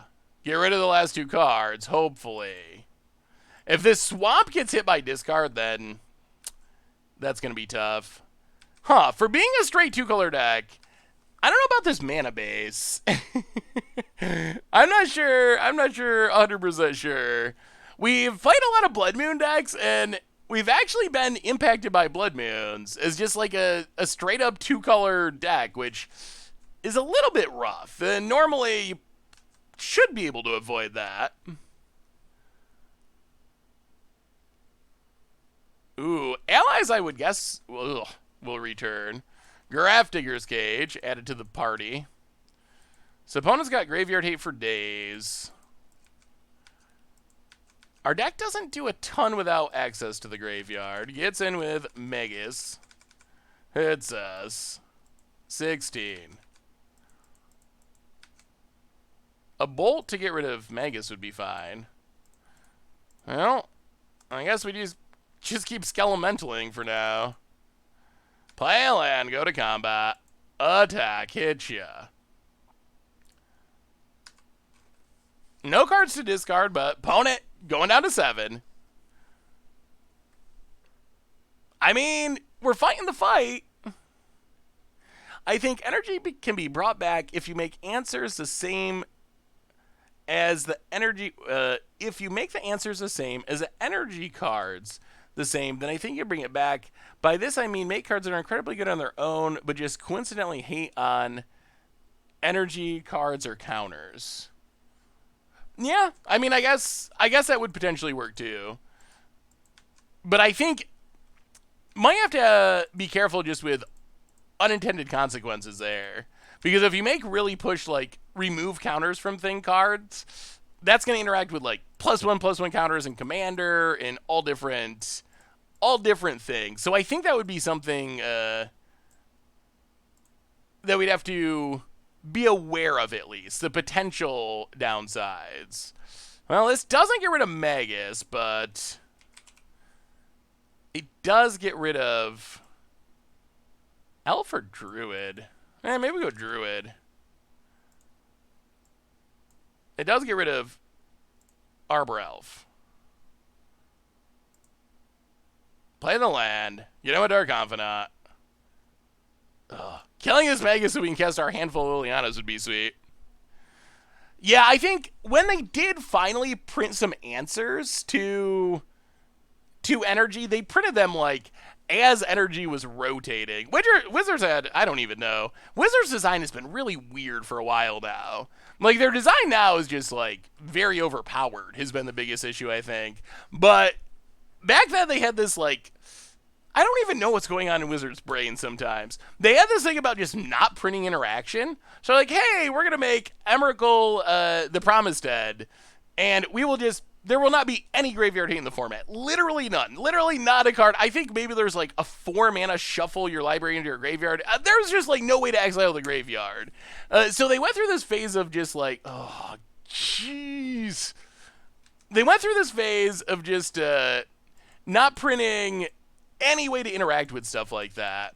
And then when they finally started to print slightly more answers,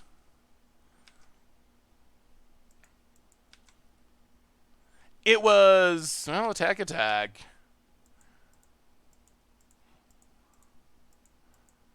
No black man. We are fully mana screwed. And then when they started to print answers, they would print that, but they would print them like so much later than they needed to be printed. So they would print the answer to energy in like the core set before energy was going to rotate. Or like Solemnity came out in Amonkhet right before, oh, I guess we just, oh yeah, we win here. Right before everything was going to rotate. So now they do a little bit better job, but I feel like they could still keep going. I feel like they could still go further in that direction. There was a time when, like, Innistrad was a graveyard set, and Innistrad had Rest in Peace in it. I feel like we need more I feel like we need more of that. Oh, it was our devastation, so even later than Amonkhet. You're correct. Hey, what's up, Doug? How are you? So yeah, I feel like we need to get back to Innistrad has a graveyard set. Innistrad has graveyard. He did it. So whatever. This is a companion set. This has. I mean, I don't even know. How do you hate on companion? I guess we had Drannith Magistrate, and then there was a couple other cards in Core Set 2021. I was like, oh, this was apparently supposed to. This was apparently supposed to, oh man, I'm mixing up my sets. Yeah, you're right. Innistrad had Cage, RGR, okay. Yeah, that's a bad example, but you know what I'm saying. You need to hate on the set's mechanic in the same set, I think, and not a year later. Joraz, welcome to the Fishbowl. Thank you for your subscription and the kind words. Big soup cheer for our new subscriber. And even, yeah, and you still were able to play, like, reanimation decks. I don't know. I feel like it ties back into the Hearthstonification of Magic. I feel like that's what it is. I feel like it's Wizards. Maybe they're right. I don't know. But I feel like Wizards thinks, all right, we want Arena to be successful and awesome. The people want to do their things. They want to reanimate their flashy spell. They don't want to have interaction of any kind. They need to hit their land drop every turn. So I feel like they have swung really far in a direction that makes Magic less interactive and more Hearthstonian, essentially. Which is funny, because Hearthstone is actually struggling, and if you read Hearthstone players, they are, like, complaining and leaving the game, and there's articles about how Hearthstone is the dying giant of the online TCG industry, and it's never going to do anything again. But it feels like Wizards is going really hard to emulate that. Unfortunately, 5 years after Hearthstone was, like, the biggest game going, a little bit late, but we have a bunch of gift subs. Thank you so much to Joraz, handing out 5 gift subs in some emotes shared, going to F. Metz, Begler, Nitch, Ellie, and Mega Monster. Welcome to the Fishbowl. Thank you so much for your subscription. And Joraz, thank you so much for all the donations. Definitely appreciate it. Thank you. Big super cheer for you. All right, I guess we're going to go down Vexing. I have not been impressed with Vexing Devil in any of the matchups we've played. We're going to bring in Cole against Kabad. Go like that. But yeah, I feel like that's part of it, is just, for whatever reason, shying away from interactive Magic. And now you see, like, the end result of that, which, and again, I think this combines together a bunch of things. It combines together design changes, it combines together rule changes, a whole bunch of things. But if you look at our standard format, what has our standard format been about? And it has had overpowered cards, but you kind of have, for the most part, a lot of decks more or less gold fishing for their combo, or did have. Fires of Invention, Wilderness Reclamation. It feels like it's kind of supported that play style for the most part. It'll be interesting. Maybe a lot of it'll change once Teferi's gone. We'll see how much that changes things. Borjan, welcome to the Fishbowl. Thank you so much for your subscription. Big super cheer for you. Thank you. We'll see, because Teferi is like the ultimate Hearthstone card in Magic. It's just like, you play Hearthstone now. So maybe just getting rid of Teferi at rotation will change things to some extent. Oh yeah, Field of the Dead. That is another good example. All right, opponent leads with the Relic. Well, let's see what's going on over there. More Bobs. Pluto Delta. Greg Pluto Delta. Get a Swamp. Inquisition you. Clothis and Bloodblade? Okay. Yeah. Well, that's not super frightening. Bloodbraid, who knows? Could be anything, but we got a chance. All those awesome EDH cards coming up in Jumpstart. What the heck are we going to see in Companion Legends? So, I think that most of Commander Legends is new cards. My understanding of it, I think there are reprints, but I think that it's going to be a much higher percentage of new cards than reprints, because Wizards already said 100 new Legends. So even just going by that, there's going to be a lot of new cards in the set. So I think that our kind of like early understanding of the set was a little different. I was thinking it was going to be like a master set for the most part. that was focused on Commander with maybe a few new cards.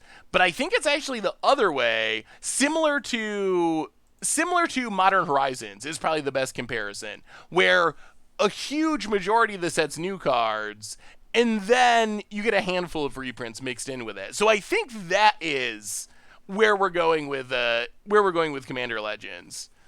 And we still have Double Masters. We've seen only 5 cards so far, so there's still a ton of cards to be revealed for Double Masters. Hey, Seth, related to the Hearthstone comparison, another problem is how fast... Oh, they drew a Stomp. That is not what we wanted our opponent to draw. We're going to need to draw a land here at some point.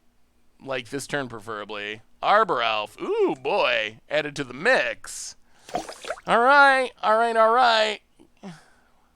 Can we draw a land? Can we draw a land to play our powerful 3-drops? Magic Gods say no. Well, okay. Hey, that's bad. Well, there's a Dark Confidant. Pass the turn. Ooh, this deck has had some issues. Blame Bells! Welcome to the Fishbowl. Thank you so much for your subscription. Big soup cheer for you. Thank you. Got a turn 3 kill in Standard yesterday. Opponent played Uro. I untapped and attacked for 19. Wow! All right, Utopia Sprawl added to the mix. Opponent's mana approaching the infinite level.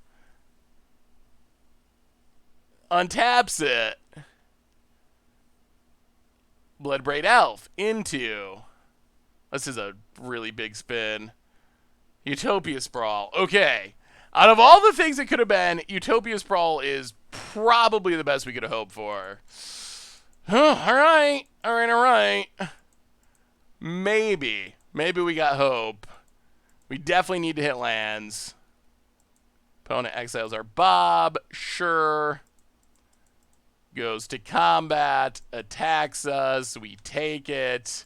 Come on, Bob. Bob us a land. Dark Confidant.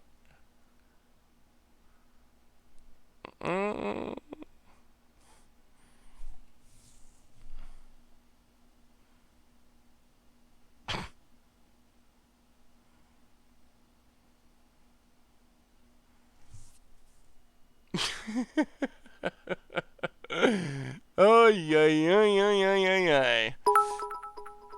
Well, no lands for us. And, yeah, this makes things really, really difficult. So we can Karaxa, make our opponent discard a card, but our opponent has Bone Crusher and a redraw and an insane amount of mana. Yeah, this looks pretty bad. So opponent discards a land. Drops to 11. We go to combat. Yeah, we had to hit a land there, I think. Oh, Magic Gods, why do you do this to us? Hey, thank you for the Emorts, Grail. Boat it. Untaps. Stack definitely has scary cards. Exiles Karaxa, sure.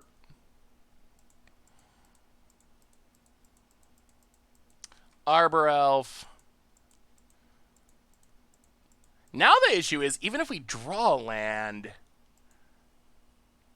I'm not sure it does it. We're kind of far behind now.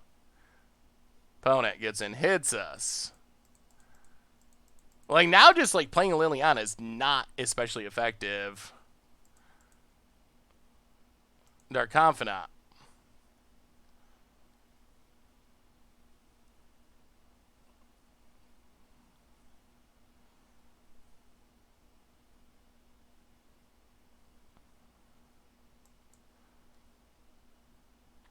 Possibly triggers.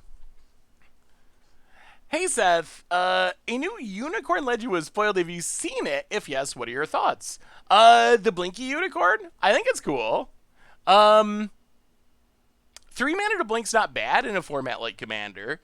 It works with Panharmonicon. You can blink your stuff for Panharmonicon. The +1/+1 counterpart, yeah, I don't really know about that part. I didn't really think too in depth about what that can do. But it seemed like a fun, like, Panharmonicon style card. Bolt and Path in Standard would be so sweet. Yeah, I wonder what would happen. Bolt scares me a little bit just because Mono Red has been good. It's not good right now, but over the past like few years, Red Deck Wins has been one of the like consistent top decks of the meta. I think the sign that Wizards didn't put Lightning Bolt into Historic when they had an easy chance to with Jumpstart, I feel like that's a pretty strong signal that they're not really considering putting it into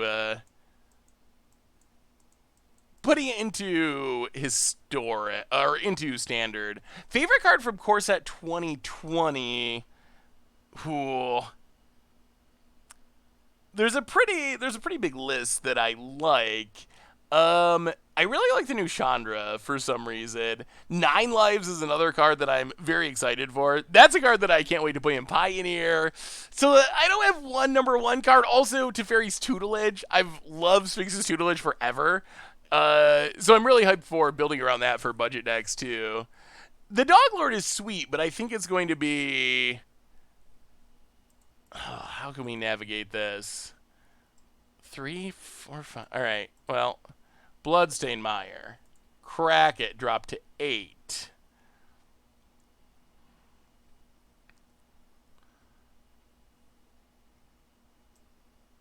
Snow-Covered Mountain. Skelemental. Go to combat.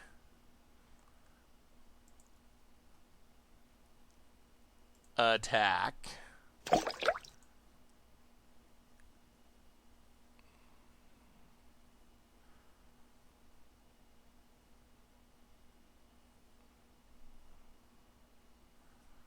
Four, 5, 6, 7, 8, 9. This is ridiculously close. Opponent blocks. They go to 4. Wow, this is so close. Magus of the Tabernacle. Welcome to the Fishbowl. Thank you so much for your subscription. Big super cheer for you. Thank you, thank you, thank you. Favorite underplayed or lesser known commander? Opponent cracks, draws a card, exiles the graveyard. So this is it. This is the game. This is the game. It all comes to exactly this. I think Blind Seer is really sweet and definitely very underplayed and super janky and not good, but I do like it. What did our opponent draw? Seasoned Pyromancer to draw even more. Oh no, to draw even more cards. This taps for 5. Oh. Whoa! Oh my goodness! Oh. Oh, and we had the win. We had the land to burn them out. Oh, boy, we've had some really rough. We've had some really brutally just like rough running this week on stream. Really, really, really rough. Kind of consistently, both streams this week. Yeah. We just didn't hit that land. That's what really swung that game. That turn where we had, 2 lands, and we had our Confidant, and we drew 2 non-lands. If we draw a land that turn, we win that game easily, but... we didn't, and we didn't.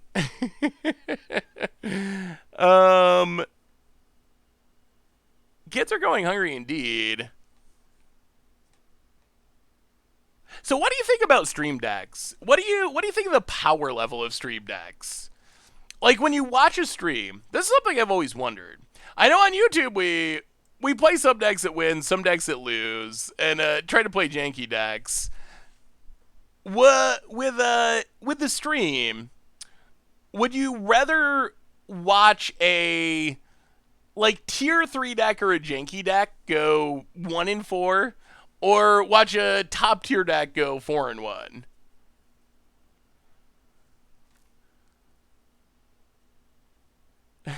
We got the Luna combo win. We got the Luna combo win. I tend to like janky decks in general. I think the hard part with the stream, and obviously it's great when it all comes together, but I think the hard part with the stream on you can't like watch it at to like X2 speed or anything like that. So that's kind of the issue. That's why I've always wondered, because on YouTube, even if you're losing, can be edited to be faster, and you can also just like speed up the video as well. That doesn't really work that way with a Twitch stream though.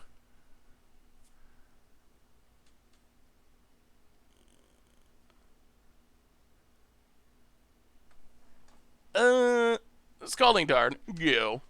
I mean, this deck in specific, I think, has mostly just been not great running. That is, also got to be some sort of weird Kinnan pile. I think this deck mostly like if we had a little bit better running, I think we would be at least 2-2 right now and going for the 3-1. I want to see Vadrock in Modern. Ooh, yeah, the Vadrock standard deck was super sweet. Pout it. All right, so opponent is on a brew, on a pile of something. Taps Cannon, plays a Gilded Goose. Sure. And passes.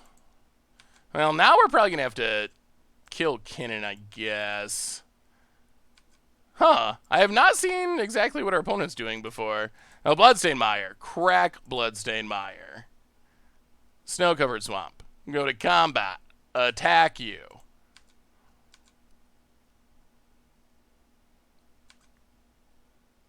Colligan's command. Blow up you. Kill you. Bullet temporarily dodged. And now we're in good shape. Did you see the deck that Magic Aids made?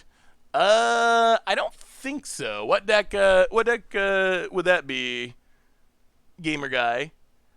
How much jank do you want? Ooh. Do we have some high class jank?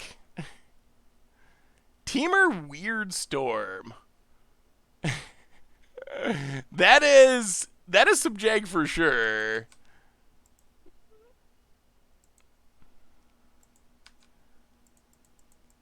Dark Confidant. Get an Inquis. Ooh. Well, I think we just step 1, Skelly Melly. Get in there. Smash you for a bunch, make you discard.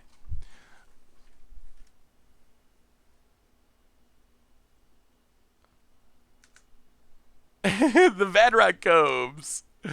Do I watch Magic Aids? I don't really get to watch nearly as much content as I used to. One of the secrets of the content creation life is you don't really have time to watch content for the most part. So I've seen like some Magic Aids stuff, but I don't get to watch his videos, or actually honestly anyone's videos on a regular basis. I try to pop into streams now and then when I have a chance, or like have stuff running in the background, but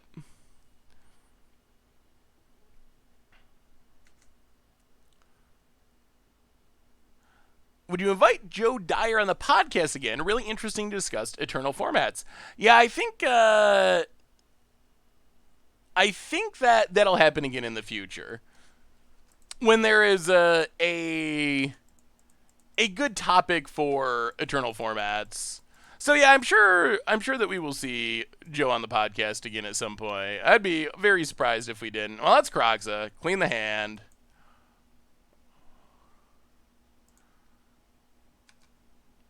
I think this is the first companion deck that we've played. So Urza's down. We will... Yeah, let's just play another Bob. Play a Bob. Play the Bloodstained Mire. I think we have one land left. I hope we have one land left. In the future, standard mutate deck with Ugin as a top end using Auspicious Derek's. Oh, so well, I can imagine that. I mean, Simic Mutate's been close to a decent deck, and I can imagine you just play Ugin instead of Endray's Forerunner or whatever. That seems fine. I think that's the couple of times the Magic AIDS decks that I have seen, they seem like cool ways to how do we do this? Cool ways to like see what cards could work in what new cards could work in an archetype. And that's definitely a cool idea. Like Ugin in Simic Mutate does seem like it'd be pretty decent. I wonder if Simic Mutate will be good. Mutate's like such a sweet archetype. It's an archetype that I would love to be good, but it hasn't actually ever really gotten to be top tier over any extended period of time.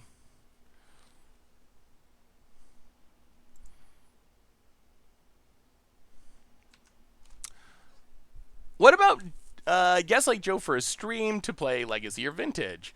So my experience so far has been that guest streams are difficult, and haven't actually been all that popular for viewers. I don't know. What's your impression of guest streams? That's been my impression, and the little bit of feedback I've heard. We've only done it a few times, and I think some people have responded to more than others. But I think it's partly hard because a lot of the reason I stream mostly is so we can interact. Like that is the biggest reason. If I was just gonna put content out there, it would be really easy to do it on YouTube. But I think the main reason is we get to act, and then when we have guests on, I always find it hard to find the balance between like, is it kind of interviewing the guest? Am I interacting with the chat and just like doing a normal stream and the guest chimes in once in a while? For me, that's been the hard thing to figure out. I think one thing that we could do that would be sweet is maybe do more guest stuff on YouTube. I think that YouTube doesn't have the limitations of a stream where it's about interacting with the chat or whatever. So I kind of feel like maybe doing more YouTube collaborations and stuff like that could be a really good option, like a guest gameplay YouTube series where Joe comes in and does Vintage, or I don't even know, whoever comes in and does Limited or Modern or Commander, doesn't even matter. Like I think something like that could be a cool way of going about it. I think you should play Commander with 3 members of the Fishbowl community so you can interact with the chat while someone combos off. How do you think the X4 Live Commander Clash game went? Wait, what Commander Clash game? When we recorded live like in Vegas? Hey, what's up, Doggamith? How are you? Would you like more Commander streams? I've noticed there's kind of been a trend of that to some extent on Twitter. I've seen people that's kind of like their whole stream essentially for a day is just like 2 or 3 Commander games with different people going in. I don't know. Is that something that you all would enjoy watching? Like more Commander focused streams? Probably bring in Plague Engineer too. I feel like we take out Vexing Devil a lot. I feel like that's been our main MO. Does Cling to Dust do anything?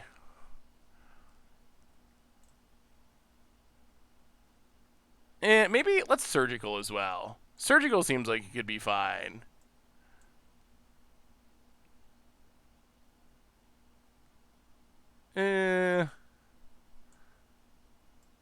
Discard and then Surgical. Let's try it like that.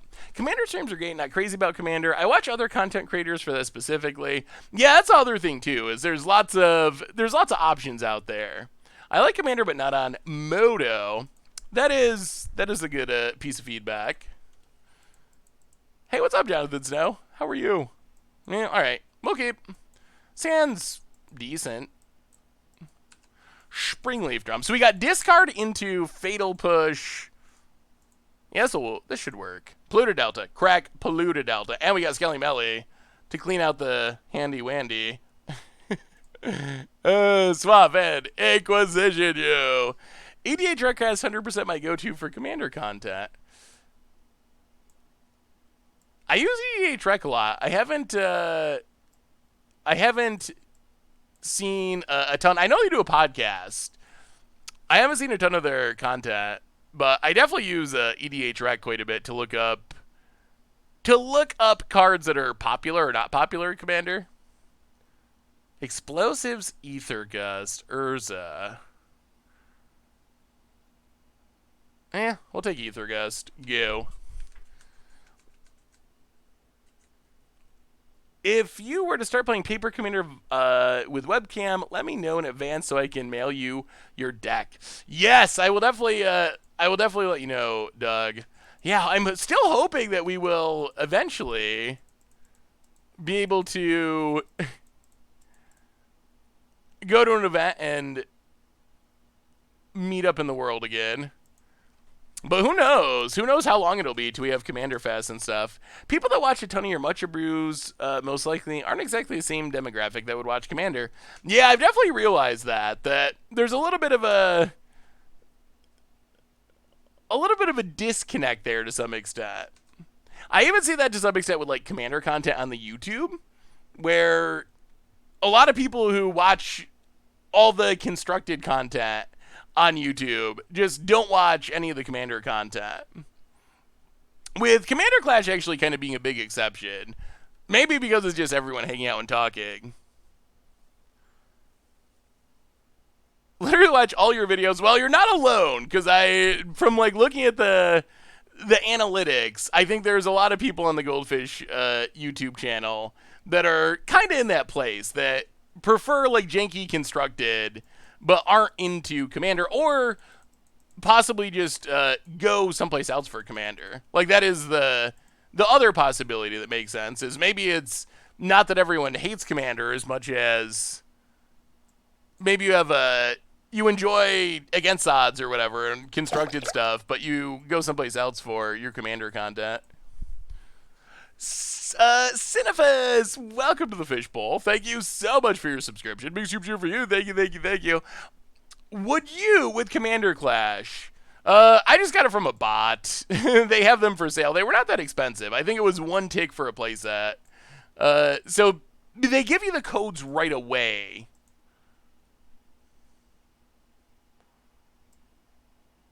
Okay, sure. This doesn't stop Skelemental from doing its thing.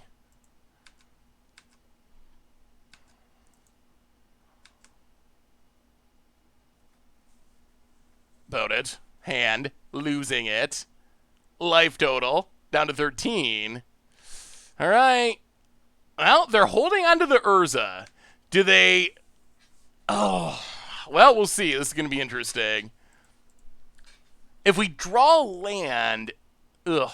Alright, opponent plays a land. Plays the Urza. Can we beat an Urza? We could do a fan game on Moto at some point. Hey, what's up, Rocket Borat? I think you just got established on Budget Magic, in Against Odds, so that's what people come to your channel for. Yeah, I think that totally makes sense to me. I think you are probably correct. That's kind of how it works. Well, Crack Scalding Tard. So let me ask you, and I don't even know if this is possible, but let's say, I don't even know if it's possible, but let's say it was an option. Would you prefer Commander Clash to be as it is now, or like webcam paper Commander? Coker MTG, and why? Croker MTG for the 42nd month. Welcome to the Fishbowl. Thank you so... Why is Scoop's Cheer not working? Thank you so much for your subscription. Big Scoop's Cheer for our new subscriber. So we get to, let's see, Fatal Push, the Urza.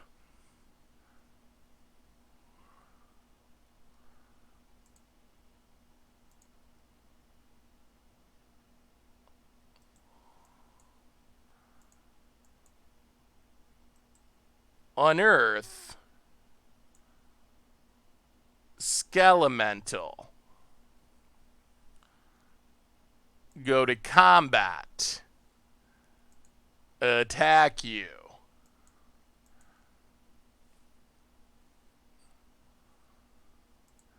Opponent takes it to 5. Croxa to 2. All right, opponent. Well, this is it. We got the Bolt in hand. We got the Crocs in the graveyard.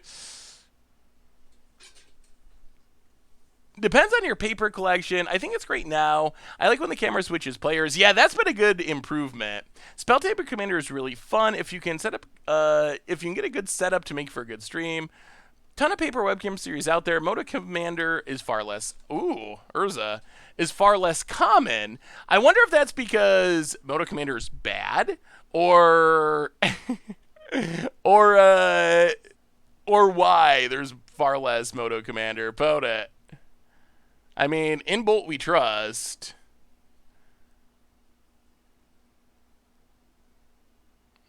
Okay. So opponent fought the good fight, and we're going to end with... Maybe we got to open a couple pity chests. We might. Our deck really deserved the 3-2. The kids deserve to eat. They really did. Now, lightning bolt you. Sorry, opponent. Oh, so we finished with a 2-2. We were so close. If we had drawn that land. So the deck felt relatively competitive. I mean, it didn't actually get the win, but all right, we'll get a couple pity chests. Our deck deserves just a few. We're not going crazy. We're not going crazy. So I feel like the deck, I wish it had more go wide answers. Maybe Plague Engineer is enough, but that's the biggest thing we ran into was just opponent going wide with like Seasoned Pyromancers and our deck just having all this 1-for-1 stuff. I'll also say I was not impressed with Vexing Devil. Vexing Devil is one of the reasons that I wanted to try the deck.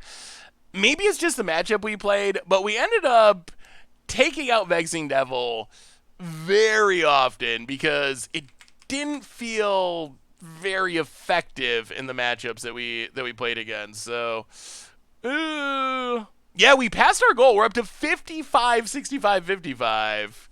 Pity chest for our deck. The best thing you can get from a chest is a foil complete set. And one of the things that people don't always know about Moto is you can actually trade a complete Moto set for a paper set. So I wish it was on stream, but it was not. It was just when I cracked some treasure chests randomly on my own. We'll get 10 treasure chests. But I opened a full foil War of the Spark set.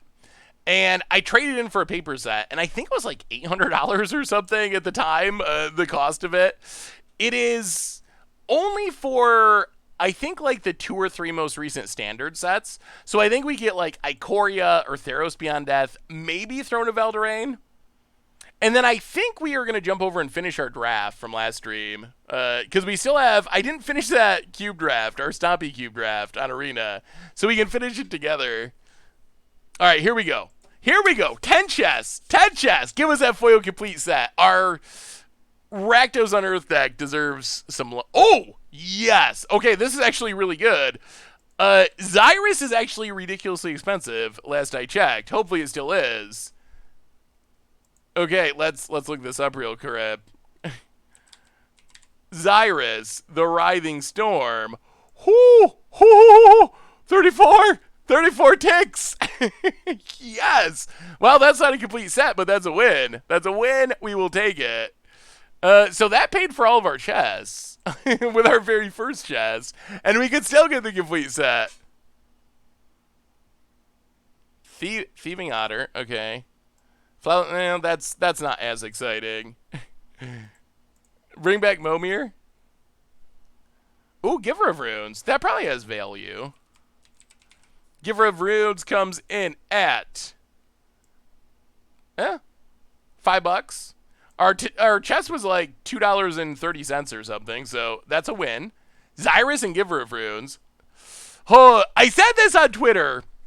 I want more white borders, and I want more old borders. The avatars, I agree, are not very exciting. I want to see, I want to see collector's boosters have old border promos. Hell's Thunder. I wonder if that's too good for historic. Squirrel avatar doesn't do anything. Ooh, Kolaghan's Command. That might be worth a little bit. Kolaghan's Command comes in at $4.06. Okay. These have been some surprisingly good chests. I think we've doubled our money already.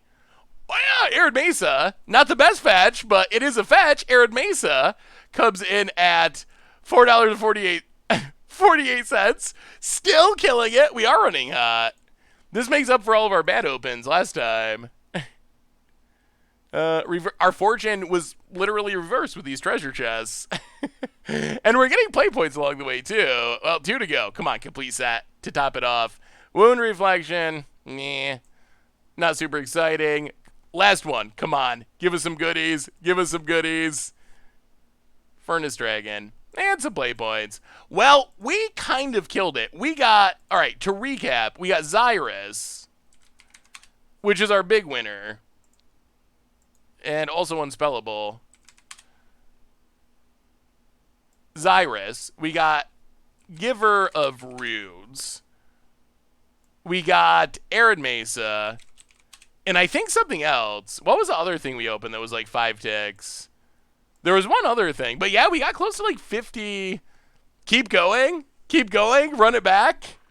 Is that what we want to do, Chess? Trade him in? Oh, Kolaghan's Command. All right. Well, we'll roll it back. If that's what you want. If that's what you want. Stop while you're ahead. Well, I mean, that's not how luck works, right? We just got lucky, so that means we should continue to get lucky. We got the hot hand. I think that's how statistics work. Statistically, we can't lose. Statistically, we got the hot hand.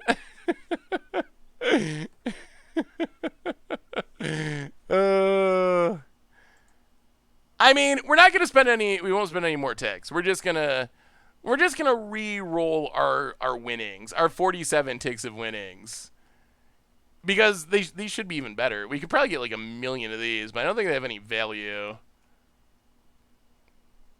Treasure chests. All right, 10 treasure chests. 15.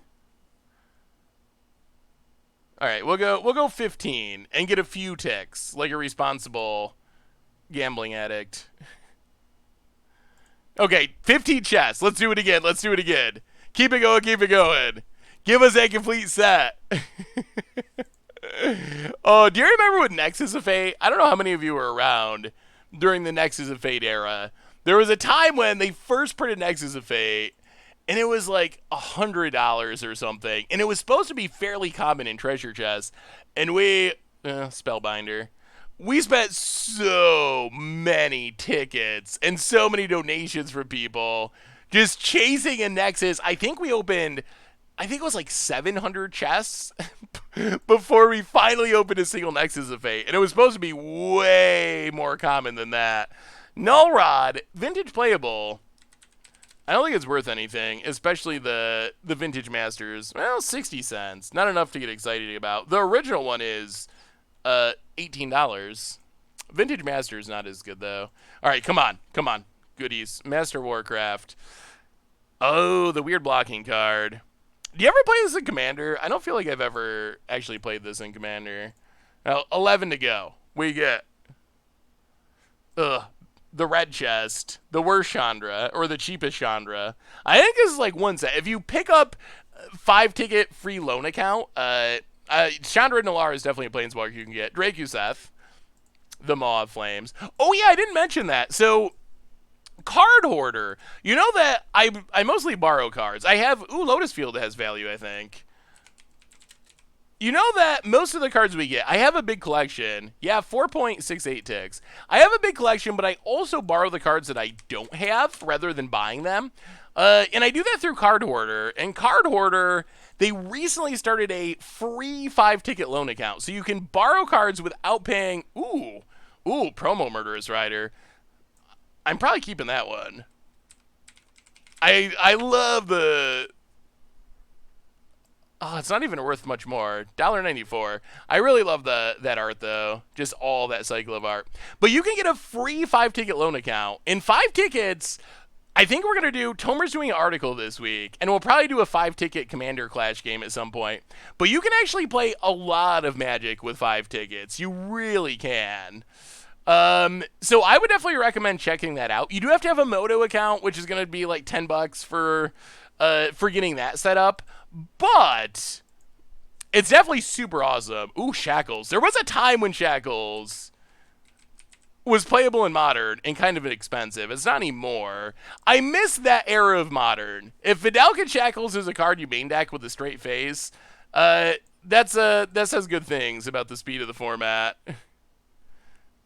Risk Factor. Best Punisher card of all time. Royal Assassin. Sometimes just janks people out in Commander.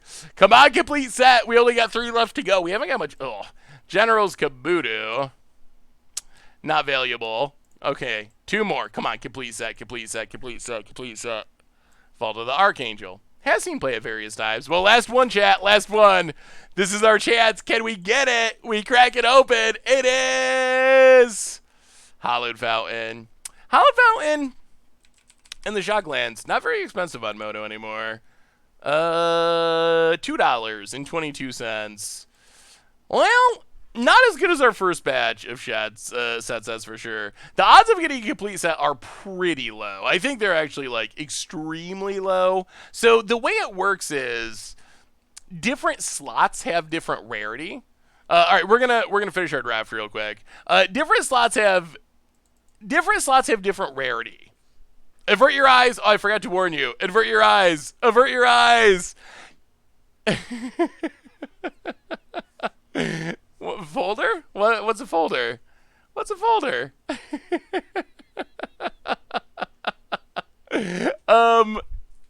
So different slots in treasure chests have different rarity.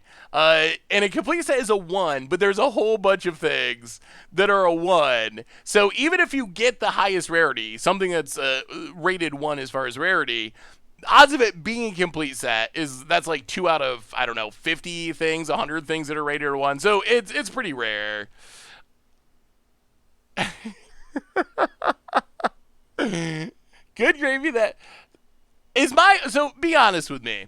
When y'all make fun of my desktop, does your desktop look the same? Does it look the same and just no one sees it, so no one knows when you talk about how horrible my desktop is? Or do most human beings actually have nicely organized desktops? 5 folders? Dear God, no. I mean, really? I just assumed that everyone's desktop was like that. Oh, did I talk to you about making beds? Do you see my tweet on that? Do you make your bed? It struck me over the weekend.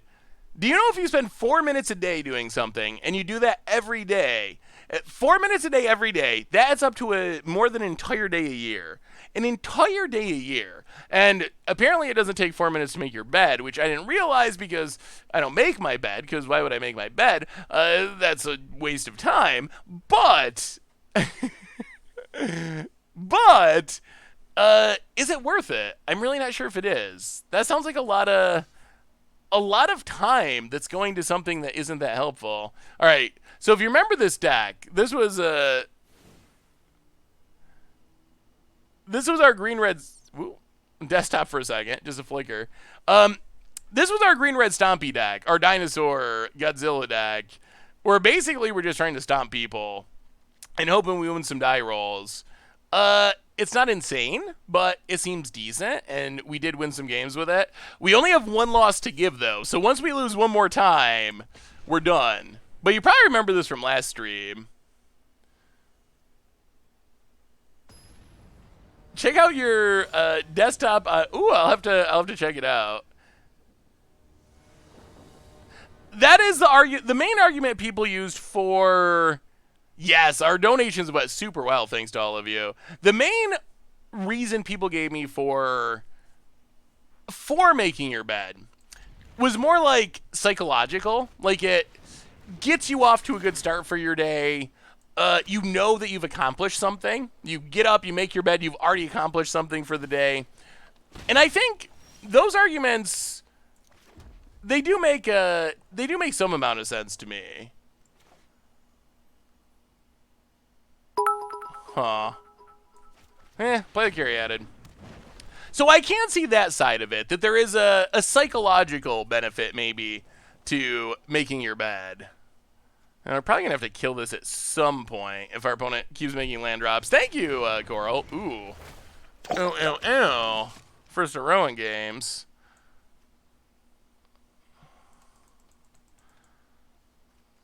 Yeah, all right. I'll play a land.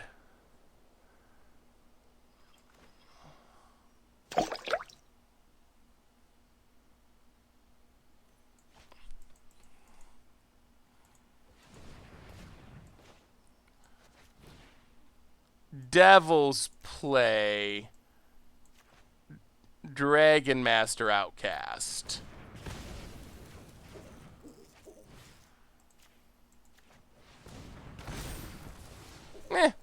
Alright, nice first heroic games. Dog of Myth handed out the gift subs to Lizadick, Drager, and Professor Chugs. Welcome to the Fishbowl, and thank you, Dog of Myth, for handing them out. Thank you, thank you, thank you. Thank you for your subscription. Big soup cheer for you. Thank you, thank you, thank you. Clovis, play the lad, pass the turn. This has been exactly my experience with first heroic games. You play it, your creature gets killed, and you do nothing forever, and it's very sad. That's been almost exactly how it's played out for me. Hey, an 18, play a land. You know what? Let's just Monster Soar. Boom, down to 13. Yeah, Outcast is definitely scary if it sticks around. How do you like the new Jumpstart basics? I think it's a really cool idea. I like some more than others. It really depends on the specific basics. Ooh, the Rowdy Crew. Yes. Bonus playing all the weird red mythics. Plays a land, gets it, hits us. 1, 2, 3. Ooh, all right. Exile the land. Play Woodland Champion. Cavalier of Thorns. Turn on Clothis. Get a land. And we're going to smash some face. Not rowdy enough. Not rowdy enough.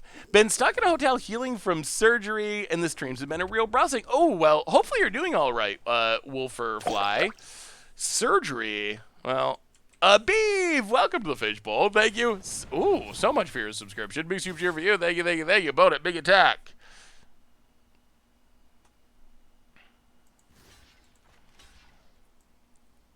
Yeah, we'll just chump. I mean, if we untap, we just win with Devil's Play. So we just have to not get janked out by something weird.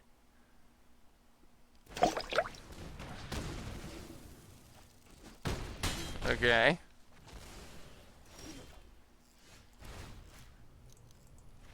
We win in multiple ways. Well, that went well. Lizards of the Coast. Welcome to the Fishbowl. Thank you so much for your subscription. Big super cheer for you. Thank you, thank you, thank you. I'm not a fan of mismatch basics either. I like my basics matching. I was telling the story earlier.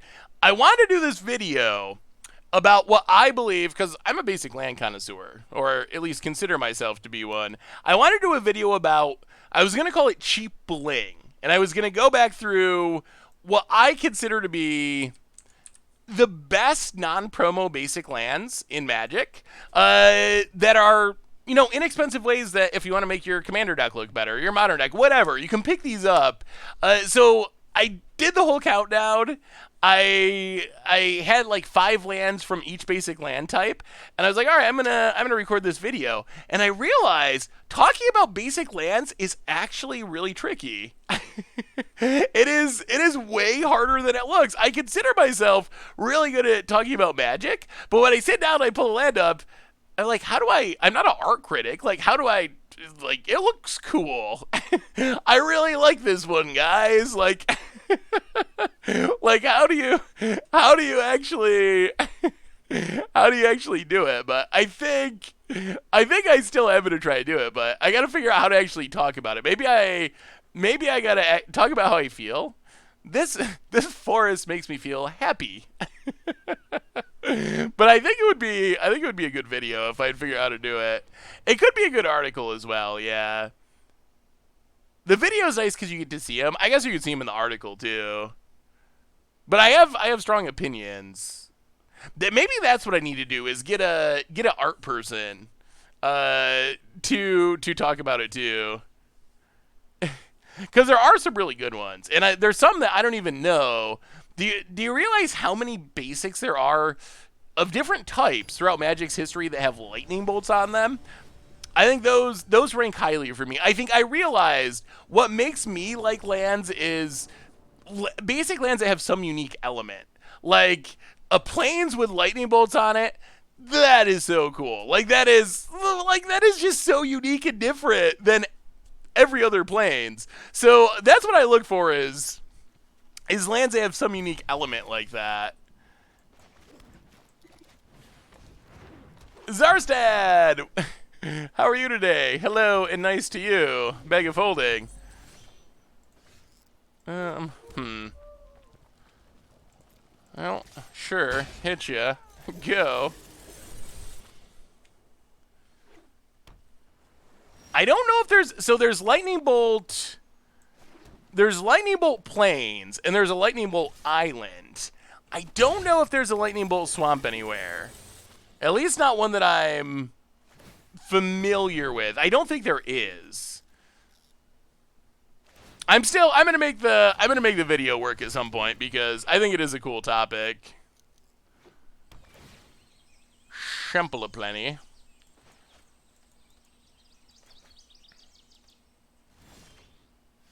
Well, if our opponent's never gonna play creatures, I guess we're gonna run out Voracious Hydra.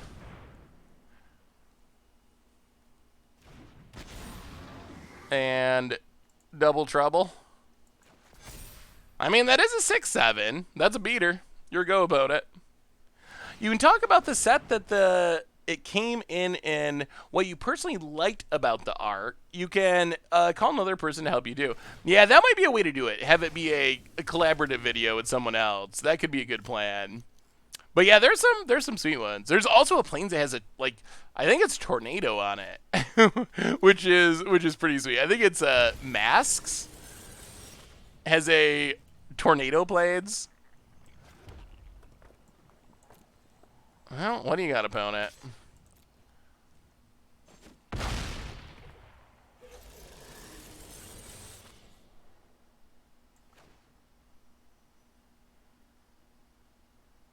All right. Godzilla. Nightpack Ambusher. That is acceptable.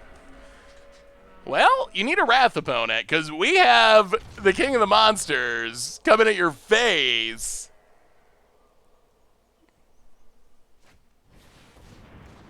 Ooh, all the level 1 emotes. Awesome. Opponent passes. Well, play a land. Go to combat. Attack, attack.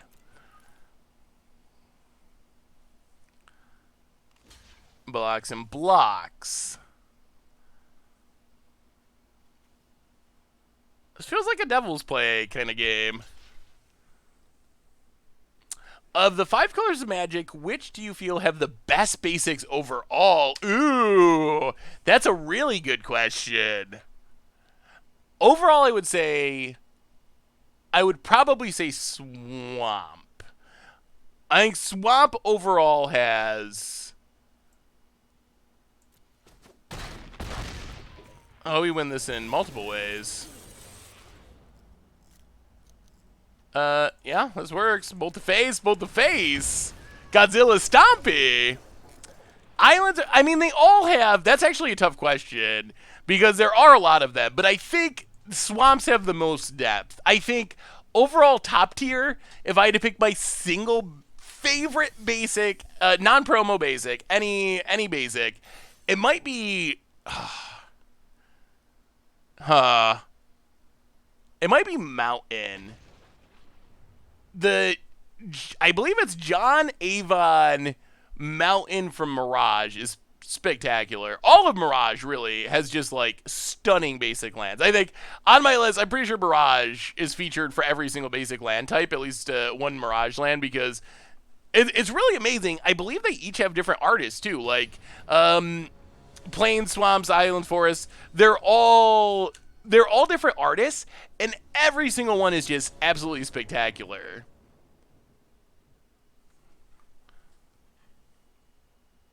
It is impressive. 3-drop tribal. Seems fine. A 2-drop would be reasonable. Voracious Hydra doesn't technically count. Well, Heart's Desire go.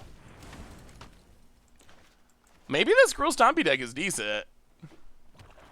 Some for our opponent. Ooh, Deep Dweller Oracle. Well, Mountain go. Opponent. Yeah, the Mirage Mountains are great. I really love... Alright, Vigilance. Gets in, hits us, no blocks. Ooh, that's sweet. Are you a human? Oh my god, of course you are. Of course you are. They're always humans when you don't want them to be. Oh, this better not spin into hexproof. That would be not good. Oh, no! No! This is bad! This is bad, bad, bad. Opponent, eat to extinction. This crystalline giant's scaring me. Oh, yeah, we finished Modern, and we decided to finish our Menace. We decided to finish our Cube Draft after we finished our Modern League. I'll play the land. Voracious Hydra. Fight you. Pass the turn. Ooh. Opponent. What do they got?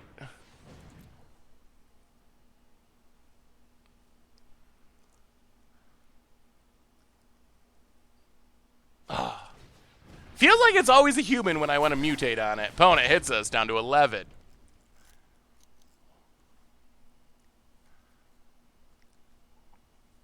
Oh, not more removal. No, no, no. None of that. Wow. Alright, that's a combo, kinda. And Reach hits us.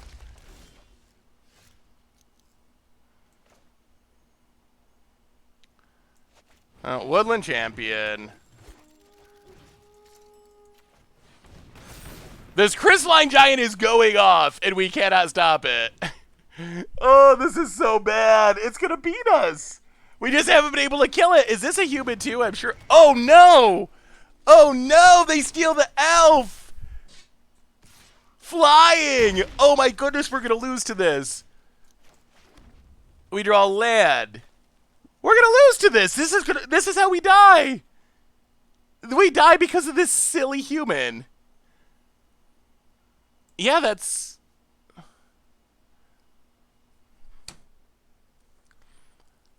Wow. Could have killed what? I'm so confused. What are you talking about?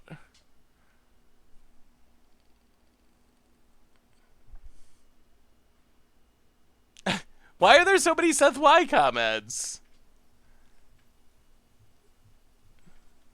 Ambush the giant. Ambush?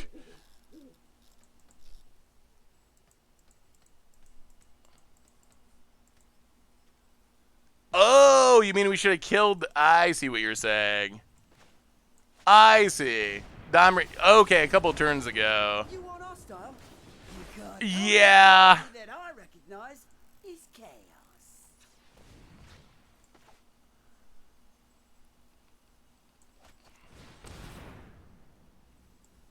I mean, the thing is, we can kill it with this Gem Razor. So we have a motivation. Like, a Crow in War is not a card that I was expecting because it's not playable. But yes. We have the Gem Razor to kill it. So that is our reason to not kill it with a removal spell. Because eventually this is going to happen. If our token was not a human. Oh, I thought you meant like... Oh, alright. Opponent, sure. Gets in. And now it spins hexproof. Unbelievable.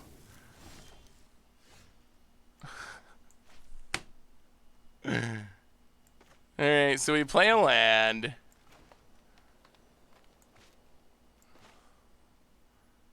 Yeah, this has Menace. Well, I've never lost to that before, so I guess that's interesting. Wow, that is insane. Okay, yeah. Well, Crystalline Giant, I guess if it sticks around for 5 turns, it could be halfway playable. Huh.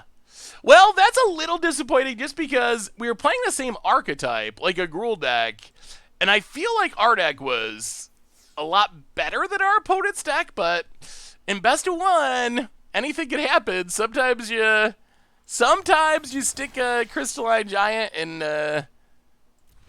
it sticks around for 5 turns, and that's the time that it happened.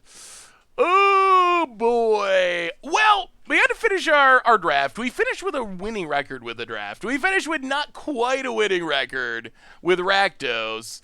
But I think, also, most importantly, we crossed the finish line with 12 days to go, $5,565.55 raised for the NAACP Legal Defense Fund, so...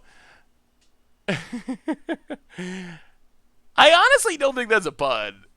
I really don't with Gem Razor in hand.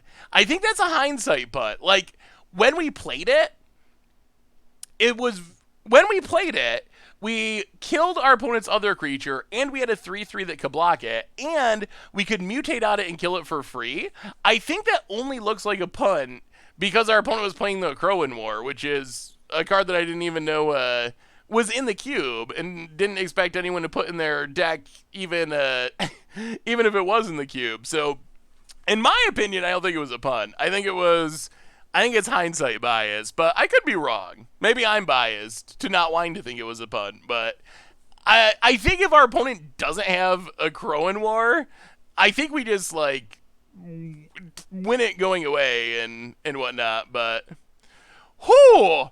On that note, everyone, I think that brings us to the end of our stream for tonight. So next week, still no Monday stream, but there's a bonus Wednesday stream to check out some new Core Set 2020 on Magic Arena. So Wednesday stream, yeah, maybe we'll have to play some Crystalline Giant. Wednesday stream, if you have new standard decks that you want us to check out and test on the stream, send them to me over the weekend before the stream on Wednesday. I'll get a list together. We'll get through a bunch of new standard decks, have a bunch of fun.